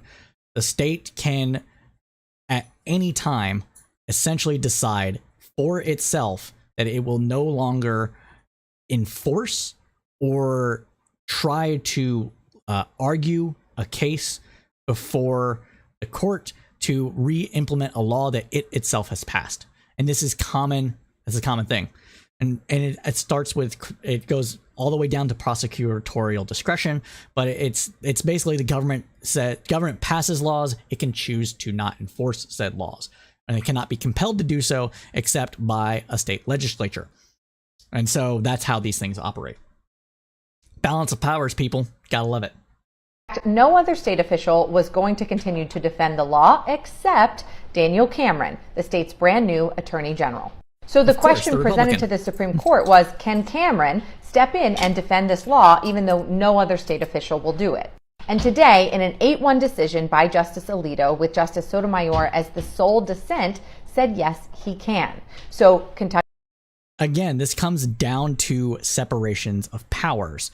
The Attorney General has the ability under the state's judicial system and under the executive branch to choose to try to enforce a law unless its own state legislature tells him or her not to. So with Sotomayor dissenting, I'm really interested in what her opinion is, because I have not read her dissenting opinion, and I'm sure it's going to be talked about here. I do think that the court ruled correctly in this regard. Kentucky's restrictive abortion law, while on hold, lives to fight another day. Two big decisions. Again, so that's very important. So again, we will be keeping you updated and informed about this as new developments come in. Now, let's see what we got. Oh shoot, we got about 30 minutes left. All right. Sure. All right. So last bit of what we have for SCOTUS updates is that the court has agreed to hear a case of states versus courts and in regards to elections. The court has accepted a case pressed by Republicans that could curb states' courts' election oversight role. A favorable ruling by the court would give politicians far greater power over elections. The case seeks to advance the, quote, independent state legislature doctrine, a little-known legal theory that could limit the ability of state courts to impose new maps. Now, again, the independent state legislature doctrine essentially states that the state's legislature under the Constitution of the United States is supreme and can overrule anything that a court says, essentially. Now they're seeking for it here to be narrowly defined for elections, but this could have monumental cascading ramifications going down in the future. Now, these cases were filed using the court's emergency quote-unquote shadow docket that can allow it to act quickly and without the public deliberation that is a staple of major cases. Republicans are asking the court to block lower court decisions that approved electoral maps for the House of Representative races. And part of the reason why this is being done is because Republicans are desperate because Democrats have been winning the court battles under the Civil Rights Act or the Voting Rights Act and winning other battles under their own state laws to redraw district maps against Republican wishes. Now, those lower courts replaced ones drawn by Republican legislatures in 2 states where primary elections take place on May 17th. Hold on a second, I need a drink.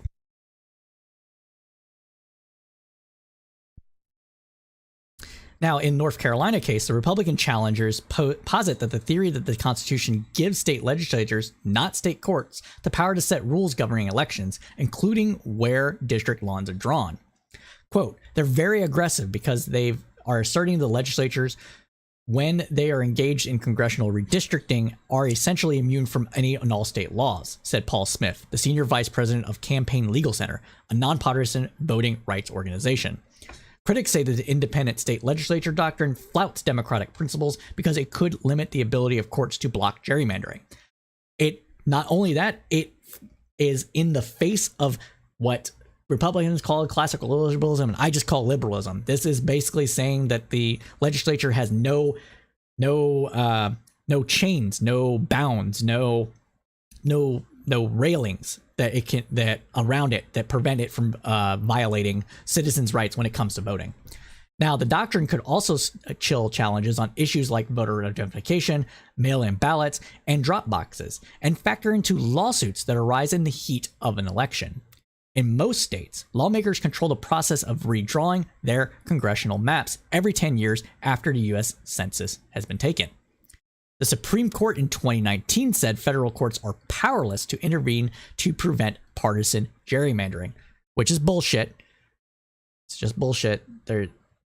Honestly, this needs a constitutional amendment so the court can't say that shit anymore. But that's for another discussion. Now, 4 of the court's conservative justices appeared to lend weight to that argument during the flurry of litigation around the 2020 election. For instance, in a case from Wisconsin last October, Justice Brett Kavanaugh wrote in an opinion that, quote, state courts do not have a blank check to rewrite state election laws for federal elections. The dispute in North Carolina centers on a state Supreme Court ruling last month that struck down the Republican-dominated legislature's congressional map as a violation of the state's constitution. That ruling came in 2 lawsuits brought by plaintiffs including Democratic voters and an environmental group, claiming that the map was biased towards Republicans. A lower court then adopted a remedial map drawn by a bipartisan panel of experts.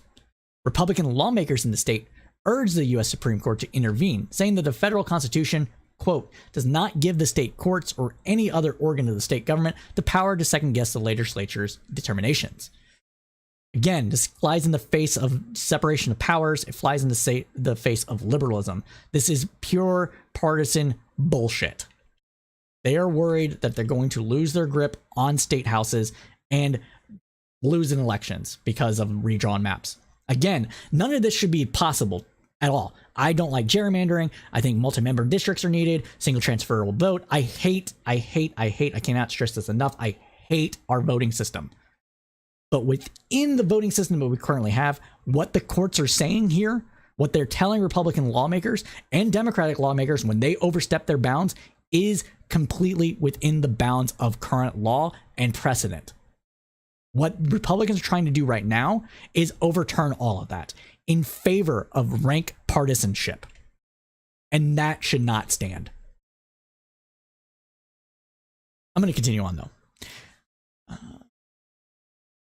Pennsylvania State Supreme Court approved a new congressional map after Democratic Governor Tom Wolf vetoed one drawn by the majority Republican legislature, saying it gave an unfair advantage to Republicans as well. Republicans, including one who is running for office, then sued to block the new map and turned it to the U.S. Supreme Court when their efforts failed. They contended that the state had, quote, no authority to impose, the state court, rather, had no authority to impose a congressional map unless the legislature authorized it.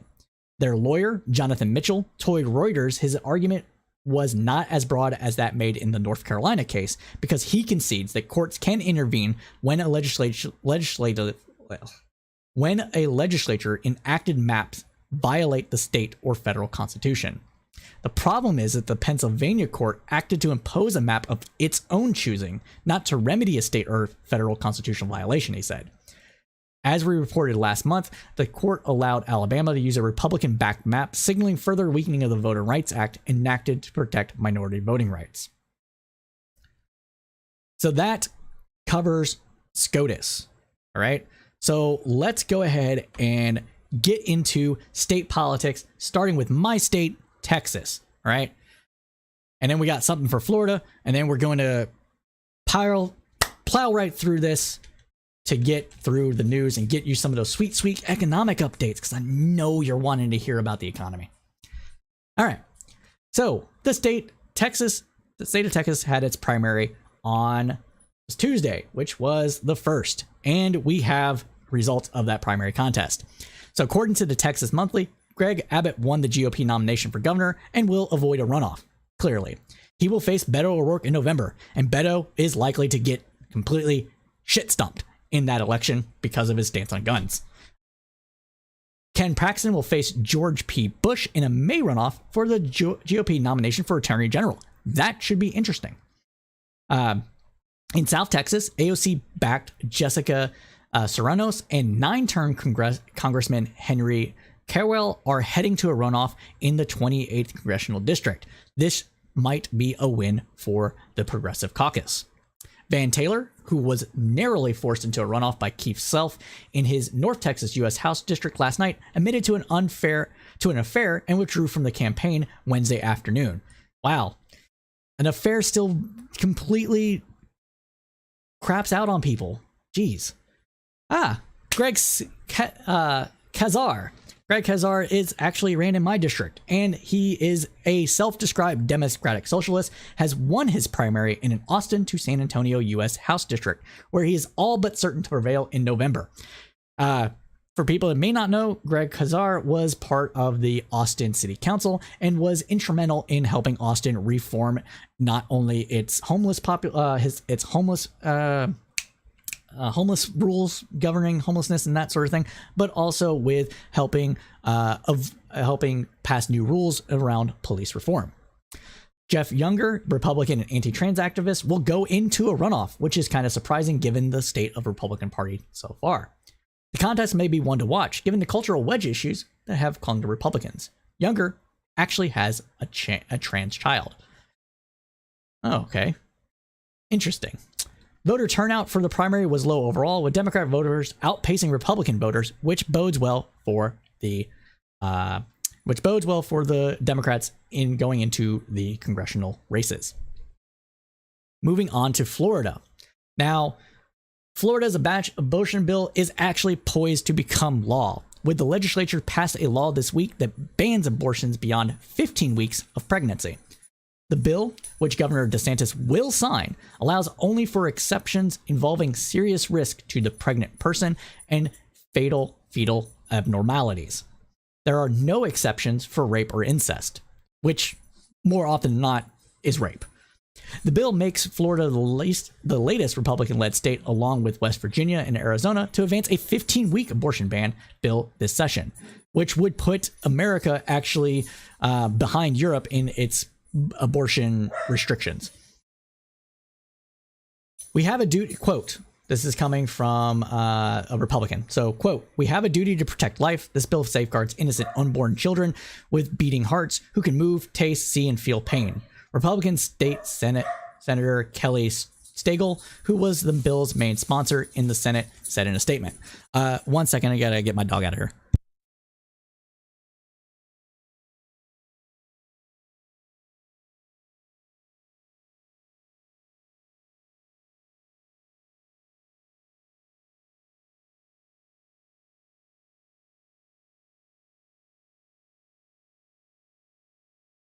One of my dogs has the zoomies. Summer's got the zoomies.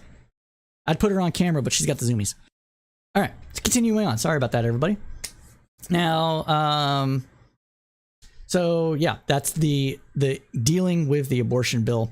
And Europe's abortions are pretty much permitted up until 20 weeks. So this 15-week thing is going to put America have worse abortion restrictions than most of Europe. Now, there's also another bill coming out that has been described as a Don't Say Gay bill. So students across the state staged walkouts yesterday to protest the newly passed so-called Don't Say Gay bill. The title of the bill is Parental Rights and Education. The bill prohibits instruction on sexual orientation or gender identity in K through 3 grades, or in any manner that is not age appropriate or developmentally appropriate for students, expanding that to high school. Critics said the measure would prohibit conversations on LGBTQ issues in Florida public schools, but advocates say that it's simply a common sense approach to empower parents. It's not. Basically, this is what this bill is designed to do is essentially not allow parents to indoctrinate and inculcate their own children to their way of thinking, and ignores the rights of the child entirely. Now, the measure is expected to pass in the Florida Senate soon after passing the House last week. Let's go on and continue into this and talk about the Trucker Convoy, U.S. edition. Trucker Convoy, U.S. edition, people. What is this going on? So let's talk about it. So the occupation by truckers in Canada cities ended last week. The movement, with ties to right-wing organizations and funding, has now migrated to the United States. Though it was billed as a grassroots, nonpartisan event intended to oppose government COVID-19 mandates, a trucker demonstration that left California for Washington, D.C. last Wednesday appeared to be tightly aligned with far-right organizations and activists. Again, it's simply just easier to fund AstroTurf campaigns in the United States, as I said on Twitter. Many of these behind the demonstrations have connections to the violent attack on the Capitol in January of 2021, or supported the lie that fraud in the 2020 presidential election was to blame for Donald Trump's loss. Again, lies. Quote, "We're just trying to show what people who back us believe, and our own beliefs, what our country needs to go back to," said Jeff Sandberg, a Republican truck driver from Texas. Brian Brace, a Convoy spokesman and Ohio-based truck driver, said the motorcade was expected to grow as the trucks weaned across the country. Quote, "We believe tens of thousands will join us." Might actually get that high. The group behind the convoy, one of several in the United States expected to launch over the next few days, is demanding an end to the national emergency meant to streamline the government response to the pandemic that was first declared by Trump in March of 2020 and recently extended by Biden. The protesters also want congressional hearings into the origin of the pandemic and an end to government health rules requiring masks and vaccinations, a move that has already begun as new cases have ebbed. Law enforcement authorities warned against disruption of the sort that roiled Canada for several weeks. Quote, "Attempting to block or shut down a freeway or highway in protest is unlawful, dangerous, and prevents motorists from safely reaching their destination," the California Highway Patrol said in a statement. Again, it was all... Oh, I probably can't say that on Twitch. It was all lives... Cause Splat might get me, but now it's not, because they're the ones protesting and trying to block traffic. So, quote, "If necessary, the California Highway Patrol will take enforcement actions that include, but is not limited to, issuing citations, impounding vehicles, arresting individuals who intentionally block traffic on the state's transportation system, or pose a threat to public safety," which blocking traffic with a giant ass semi that prevents motor vehicles from entering and exiting, especially in terms of emergency vehicles, will pose public safety risk. Now, in Washington, officials from the U.S. Capitol Police said that they would facilitate the demonstrations as a lawful First Amendment activity, but also said that some security measures are in motion. The Defense Department authorized deployment of about 700 unarmed National Guard personnel from the District of Columbia and neighboring states to help manage traffic. Good. Because they're going to have to reroute traffic. So they're going to need more personnel to do so. Let's see. Last week, a conservative political action committee that has focused in the past on defending Representative Matt Gaetz issued a call for participation in the American Convoy that would start in Ohio and California and reach Washington on March 6. A list of organizations supporting the convoy include those by Robert F. Kennedy Jr., a leader in the anti-vaccine movement, and General Michael Flynn, the former Trump administration national security advisor. Bringing out all the greatest hits, everybody. Man, got QAnon, got Michael Flynn trying to do disinformation campaigns. Yeah, this is grassroots. Yeah, okay, it's fucking astroturfed. Now, and NBC News reported today that according to extremism researchers following the movement, the convoy now consists of several dozen tractor-trailer trucks and hundreds of cars. The group is staging in Hagerstown, Maryland on Friday and ramping up for its final protest somewhere in Washington, D.C. on Saturday. Live streamers from within the convoy have repeatedly referred to blocking the Beltway, the 64-mile highway that surrounds Washington. Specific plans have been kept secret by group leaders, though. One organizer, Dan Fitzgerald, who has been live streaming his journey on the convoy on YouTube, said on Friday morning stream that, quote, "I can tell you now that there will be select trucks going to the White House.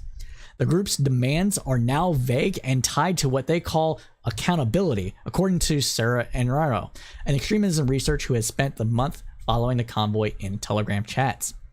As its COVID mission has become less clear, the group's channels have turned to Russia's invasion of Ukraine, where conspiracy-minded thinking has flourished. Some group members have admonished Russian President Vladimir Putin for invasion, but QAnon and anti-vaccine contingents within the group have seized on a false conspiracy theory. They say that the war is a cover for a military operation backed by former President Trump in Ukraine." Oh my God. The man can do no wrong to these people. These are fucking lies, everybody. I hate repeating conspiracy theories because it puts it into the freaking ether. But it's important for everybody to know what the other side is saying. Well, other side to me might be your side. I don't know. I don't know your life. But that is what we're seeing here. Now, the conspiracy theory is completely and utterly baseless and has no bias in fact. Now, it alleged that Trump and Putin are secretly working together to stop bioweapons from being made by Dr. Anthony Fauci in Ukraine. I can't. Yeah, we're not going to have QAnoners on Praxis Run. That's not happening. This is dumb. This is trog shit. Look up what troggy means. You'll like it. All right. Now, their concerns are about the overt QAnon messaging in the group that has recently picked up steam.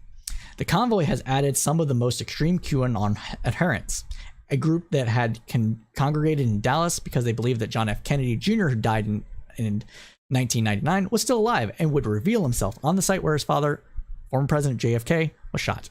The group joined the convoy as it drove through Texas, because of course it did. Guys, Trump is going to take back over. We were wrong about the date. It's not August. We confused the August. We got August. We meant March. All right. We meant March 6th. I don't know why. I don't know why I thought it was going to be August or April or whatever, but it was actually March, and that's what was going to happen. Now, at one nightly convoy stop where rally-goers give stump speeches over a loudspeaker while they eat and refuel, some participant recited the "Where we go one, we go all," the QAnon slogan. Anadio said the vague ominous messaging is worrying, pointing out a Friday morning Telegram post that read, "We can't fail. We are not going to fail. We are going to fix this." Ah, thanks for the follow. Who just followed? You know what? I have to thank you, Mad Lad _N for the follow. Greatly appreciate it. Also, Contrast _0 and Kylie Marie and for the follow as well. Now, continuing on. In their fantasy, Trump comes back and the military tribunals commence over COVID test, Honorio said. But I don't think they know what they want. They're just mad and they want a reason to express that, which is really, they want to be heard is what a lot of these people want. But what they believe is just batshit fucking trog, batshit trog. And they need to be told as much.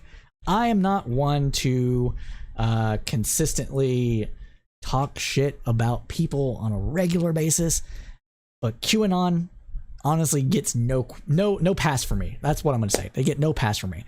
If you are that far into a conspiracy theory, the mother of all, not the mother, the great grandchild of every single conspiracy, as if it was a giant conspiracy tree, of course, starting with, you know, the ever present one, you're beyond hope. I can't reason with you. And so, yeah, that's where I'm at with this. But hey, if you're liking what you're hearing now, everybody, follow me on Twitch, which is Crowdsourced Poll.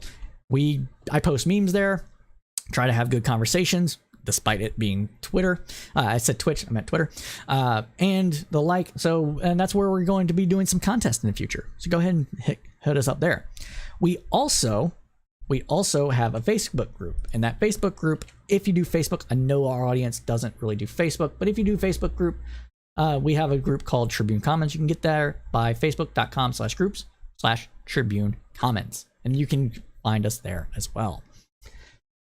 All right, so we got about 15 minutes left. Let's see what I got here.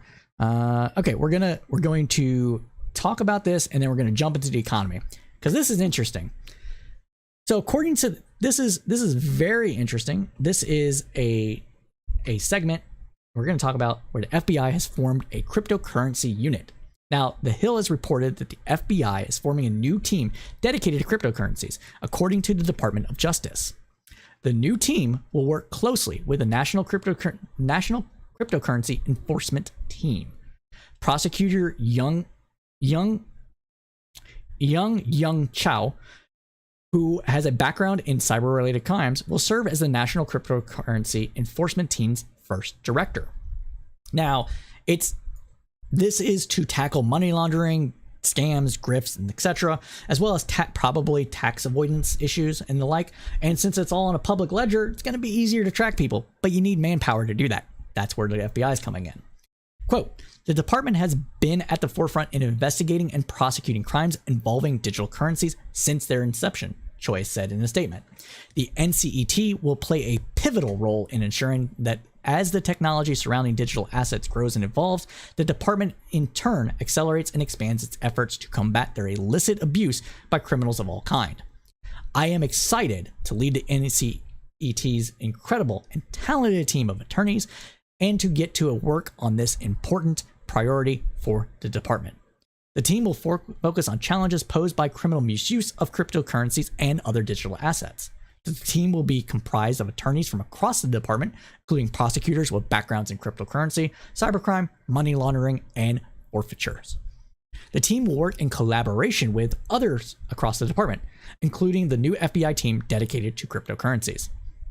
The FBI's new virtual asset exploitation unit will be made up of cryptocurrency experts to help provide analysis, support, and training across the entire FBI. The team will also innovate its cryptocurrency tools to stay ahead of future threats, according to the department. All right. Let's see. No, we can talk about this. We'll go ahead. So another interesting thing that we're going to talk about today is Facebook and conservatives and what's going on here. So this is coming out from several different places. So research done by journalist Judge Legum, creator of a Substack called Popular Information, revealed that the site Facebook benefits from an extensive network of large conservative Facebook pages. And one company, Conservative Brief, run by just 3 people, is dominating the social media site right now.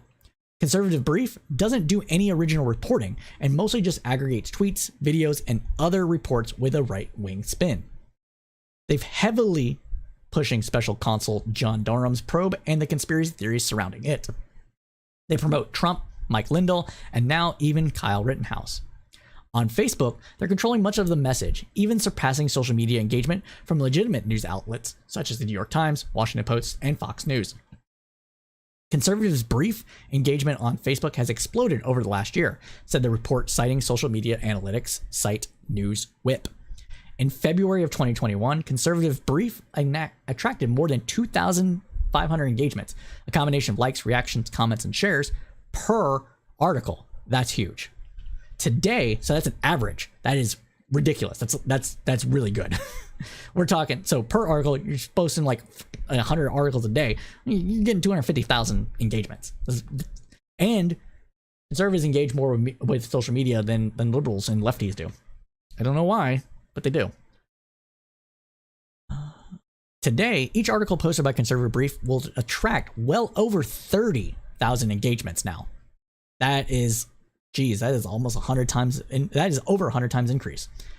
And if you go looking for Facebook page Conservative Brief, you actually won't find it. While there was one at a time, it no longer exists. The content now is being exclusively promoted by others. So this is content being shared by other people, which means that these other people are driving engagement to a website. Meanwhile, major news outlets like the Times and the Post have engagement that pales in comparison despite millions of followers. Such data only adds to complaints that Facebook's conservative staff is helping to game the system for the GOP. I don't know if I believe that, but it does make people scratch their heads. I think what it boils down to is that older people are more likely to hit share. I really think that's what it is. And Facebook itself is geared more towards the older crowd now. Young people are no longer using Facebook, and older demographics bend Republican or conservative, and therefore that's why you're seeing this. I don't think it's anything nefarious with Facebook doing gaming any systems. It's just the matter of the algorithm promoting said content, and that content being promoted by algorithm due to its shares, likes, and reactions, which, as previously stated, conservatives are seemingly more likely to do. Now, but this does go to the heart that Facebook trying to censor conservatives is mostly a lie. Now, when Popular Info reported on what was being done in 2020, Facebook said that they'd look into it. By 2021, they built their network even larger. The networking idea first came from the Daily Wire, while Ben Shapiro was allegedly paying for traffic, the report called. Facebook, quote unquote, warned the Daily Wire. Shapiro regularly has the top content on Facebook each day, but Daily Wire's content has collapsed while Conservative Brief has skyrocketed. Over the past several months, Facebook has pushed out an ad campaign trying to bring a human touch to the site while it digs out of years of bad press and PR disasters. They beg for regulations, knowing that the gridlock government will never step in to deliver. They also beg for regulations because if they regulate themselves and it's not industry-wide, all they do is lose customers. That's what we have here. All right, let's talk about some economy stuff. And we're going to talk about the stock market, the Fed, and Starbucks unionization. And then we'll go into some news of the weird. So news of the weird is what we like to end our program with. So we got about another 15 minutes or so left on the news program. All right. So the stock market. All right. What's going on in the stock market? Well, stocks fell Friday as investors eyed a much stronger than expected report on the labor market's recovery and continued to monitor for global economic fallout from Russia's war in Ukraine. Thanks for the follow. Val Loyola. I can't pronounce anything today. Loyola. Thanks for the follow, Val Loyola. Appreciate it. No, I butchered your name. I greatly apologize for that. Now, the S&P 500 dropped to extend declines from Thursday. The risk-off tone Friday morning came amid news that Russia had seized Europeans' largest nuclear plant in Ukraine after Russian shelling set it on fire earlier. A fresh set of economic data Friday morning reaffirmed to investors that the U.S. economy has recovered sufficiently to allow monetary policymakers to ease their crisis response. A fresh set of economic data Friday morning I read that part. After strong job numbers, Fed officials have declared victory on fulfilling their employment mandate for the economy. In congressional testimony this week, Federal Reserve Chairman Jerome Powell said that the most Federal Open Market Committee members would agree that the labor market in the U.S. is now at levels consistent with quote-unquote maximum employment. Maximum employment to federal watchers and the Fed in general is around 5%, and we are around 3.8%. Even ahead of the February jobs report, Powell said that he would back a 25 basis point interest rate hike at the Fed's March meeting. This means increasing interest rates by 0.25%, going from the zero that it is now to 0.25, which makes lending more expensive. But persistent price increases have left open the question of how aggressively the Fed will need to tighten monetary policy over the rest of the year. Inflation concerns have only compounded as crude oil prices spiked to hover at a multi-year high, ending trading recently as high as $115 a barrel. But for monetary policymakers, these concerns have had to be weighed against the uncertainty now generated by the crisis in Ukraine.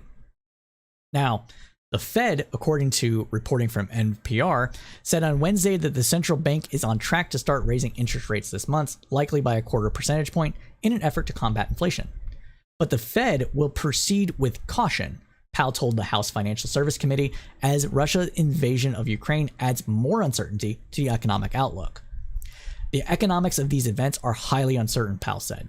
So far, we've seen energy prices move up further and those increases will move through the economy and push up headline inflation, and also they're going to weigh on spending.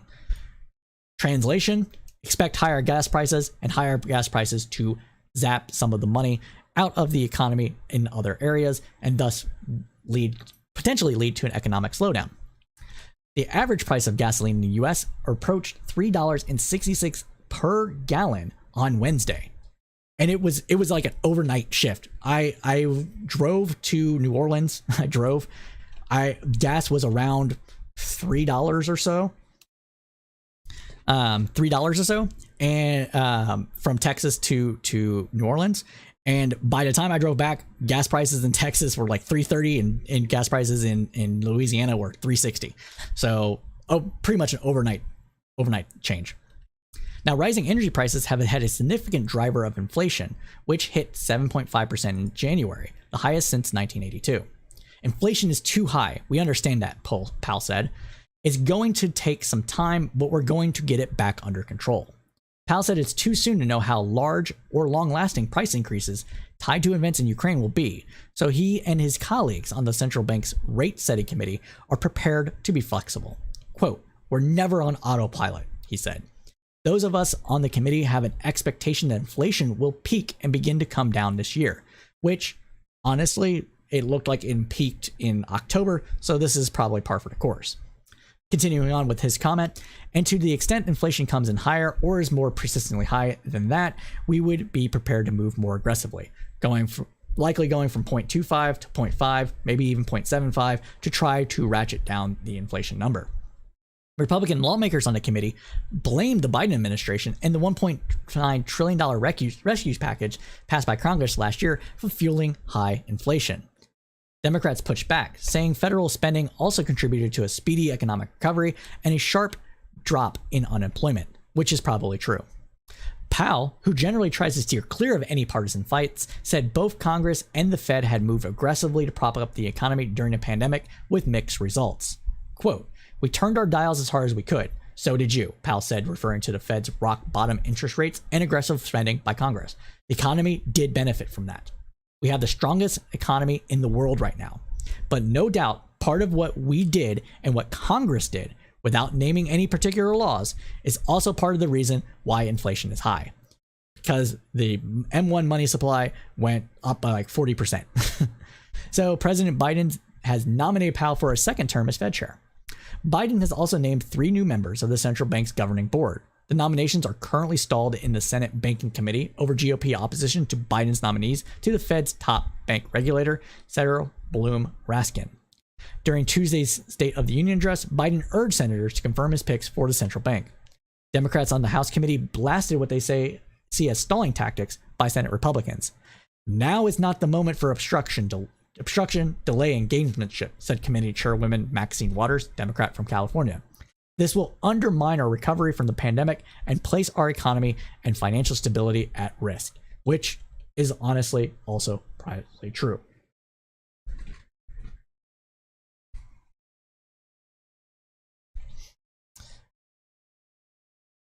Appreciate the kind words, Val. I just got tongue-tied. All right, so let's continue on with economic news with Starbucks unionization. Hey, we at Crowdsource Politics like a good unionizing story, and it's not because we're left or liberal, but because we like workers actually exerting power when they have it, and that is what we're seeing here. So the New York Times has reported that the National Labor Relations Board dealt a blow to Starbucks' legal strategy in response to a growing union campaign where it rejected the company's argument that workers seeking to unionize in a geographic area must vote in a single union election. In a ruling involving an election in Mesa, Arizona, the board noted that the long-standing presumption that a single store is an appropriate unit for vote, union supporters have insisted. Starbucks workers at more than 100 stores nationwide have filed for union elections, and workers at 2 stores in Buffalo have already unionized. Unions typically prefer smaller elections, which tend to increase their chances of winning, albeit on a small scale. Workers United, the union seeking to represent Starbucks employees, has complained that Starbucks has repeatedly resisted store-by-store elections. Starbucks has argued that the election should be market-wide because employees can work at multiple locations and because the stores in a market are managed as a relatively cohesive unit. But they're franchises, so I don't think this is true. Honestly, Starbucks is just blowing smoke. It has made this as a case in its request to appeal labor board decisions ordering elections on a store-by-store basis in filings related to union elections around the country. The action in the Arizona case sets a binding precedent and will most likely make it more difficult for Starbucks to successfully raise such objections in the future. The company indicated it will still press the issue. Quote, "Our position since the beginning has been that all partners in a market or district deserve the right to vote on a decision that will impact them," Reggie Borges, a Starbucks spokesman, said in a statement using the company's term for its employees. "We will continue to respect the NLRB's process and advocate for our partners' ability to make their voices heard." Again, they're blowing smoke. They don't care about their employees on this. I mean, they care about their Starbucks is a decent company, but they really don't want unionization to happen because unionization will give employees a leg up in any negotiating process for wages increase, benefits, etc., and that will cost the company money. And we can't have that because shareholder capitalism has replaced stakeholder capitalism over the last 50 years. And you know what? Fuck them workers. That's what is coming out of this. And let's be real. Some of this, hey, we like our workers, is really a move to not suppress is probably the wrong word, to deter the need or the idea that they need a union. Remember, kids, if the boss says you don't need a union, you probably need a union. Now, workers in Mensa and at 3 Buffalo area locations voted in a store-by-store election, but the board postponed those vote counts while resolving the Starbucks appeal. In short term, the board's decision means that a vote count at Starbucks store in Mensa can go forward after being postponed last week. In a statement on Wednesday, the union criticized both Starbucks and the labor board for the delays in counting ballots. Quote, "Partners are confident in our ability to stand strong, but justice delayed is justice denied, and we'll continue to push for our rights to organize without delay," the statement said. Again, be sure to stay tuned to this program in the future for updates along unionization and economic news in general.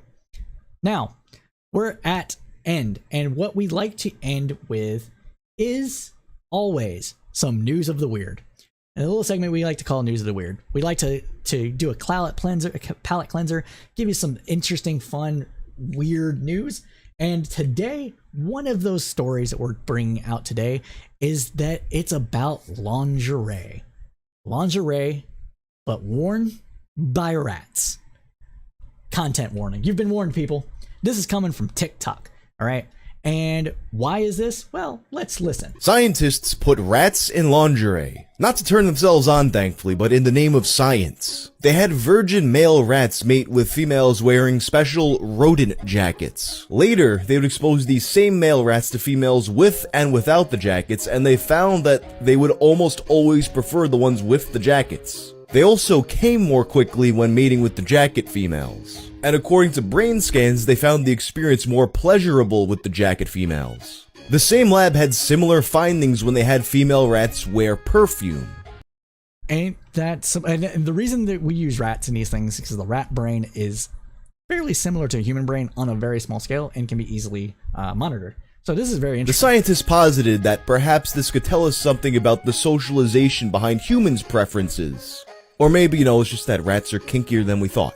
Scientists put rats in... Well, so that's that one.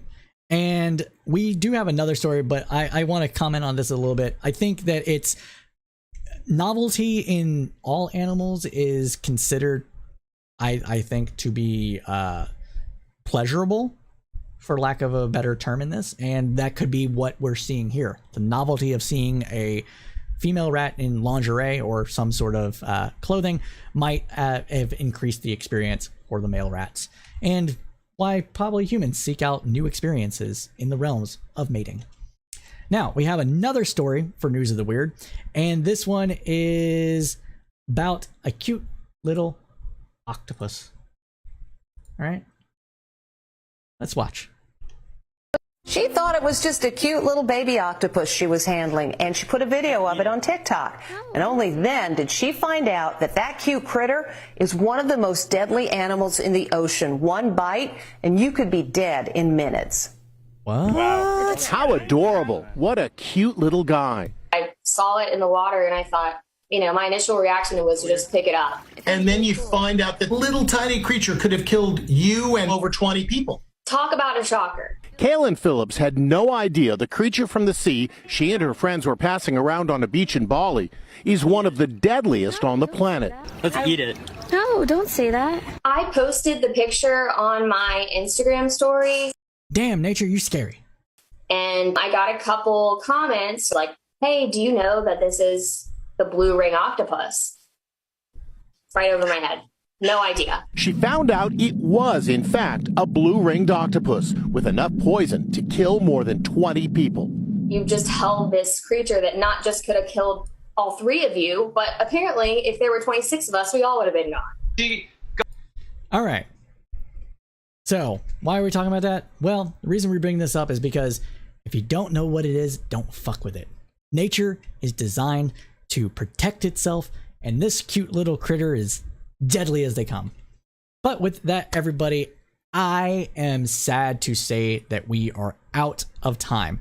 I know you liked what you heard because you stayed with us to the end, so go ahead and smash that like button for the algorithms, or follow us, which subscribe. It really does help us out in the algorithm game and let you know when we're going to be live. If you like us and what we do, go ahead and join the Discord community. You can find that link above in Twitch, YouTube, or Facebook.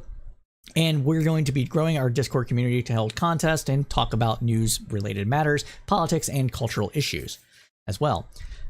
Special shout out to you, the viewers, because without you, we wouldn't be a group of people shouting into the void of the internet. And while that would still be okay, it wouldn't be nearly as adjoining, and it wouldn't be as nearly fun.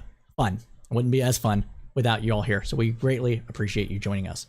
And also special thanks to Nikki Adams, our producer, who helps write the copy, or actually writes the copy. And without her, this show wouldn't be as possible and as informative as it is. So thank you, Nikki.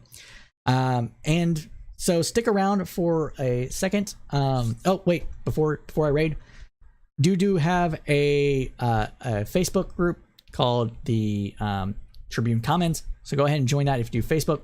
We're also a part of a nonprofit called the Crowdsource Tribune, which is registered in Texas, currently under the name of Crowdsource Politics. But we're creating a media organization, housing podcasts, articles, etc. So stay tuned for that. And we're going to go ahead and raid somebody. It's Friday night. People should be on. There should be interesting things that happening. So let's find out who is live and who we should raid. All right. We are going to raid Danabo. Danabo's good people. Danabo helped or is still helping Dylan Burns produce the show. I think he's not helping Dylan Burns anymore, but he's still good people. So we're going to go ahead and raid him. And as we say at Crowdsource Politics, everybody, keep your head up through the political storm.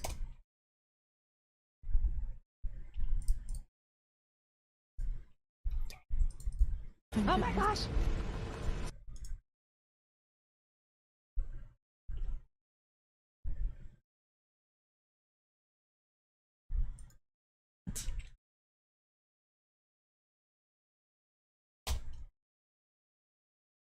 Oh, can't raid Danabo.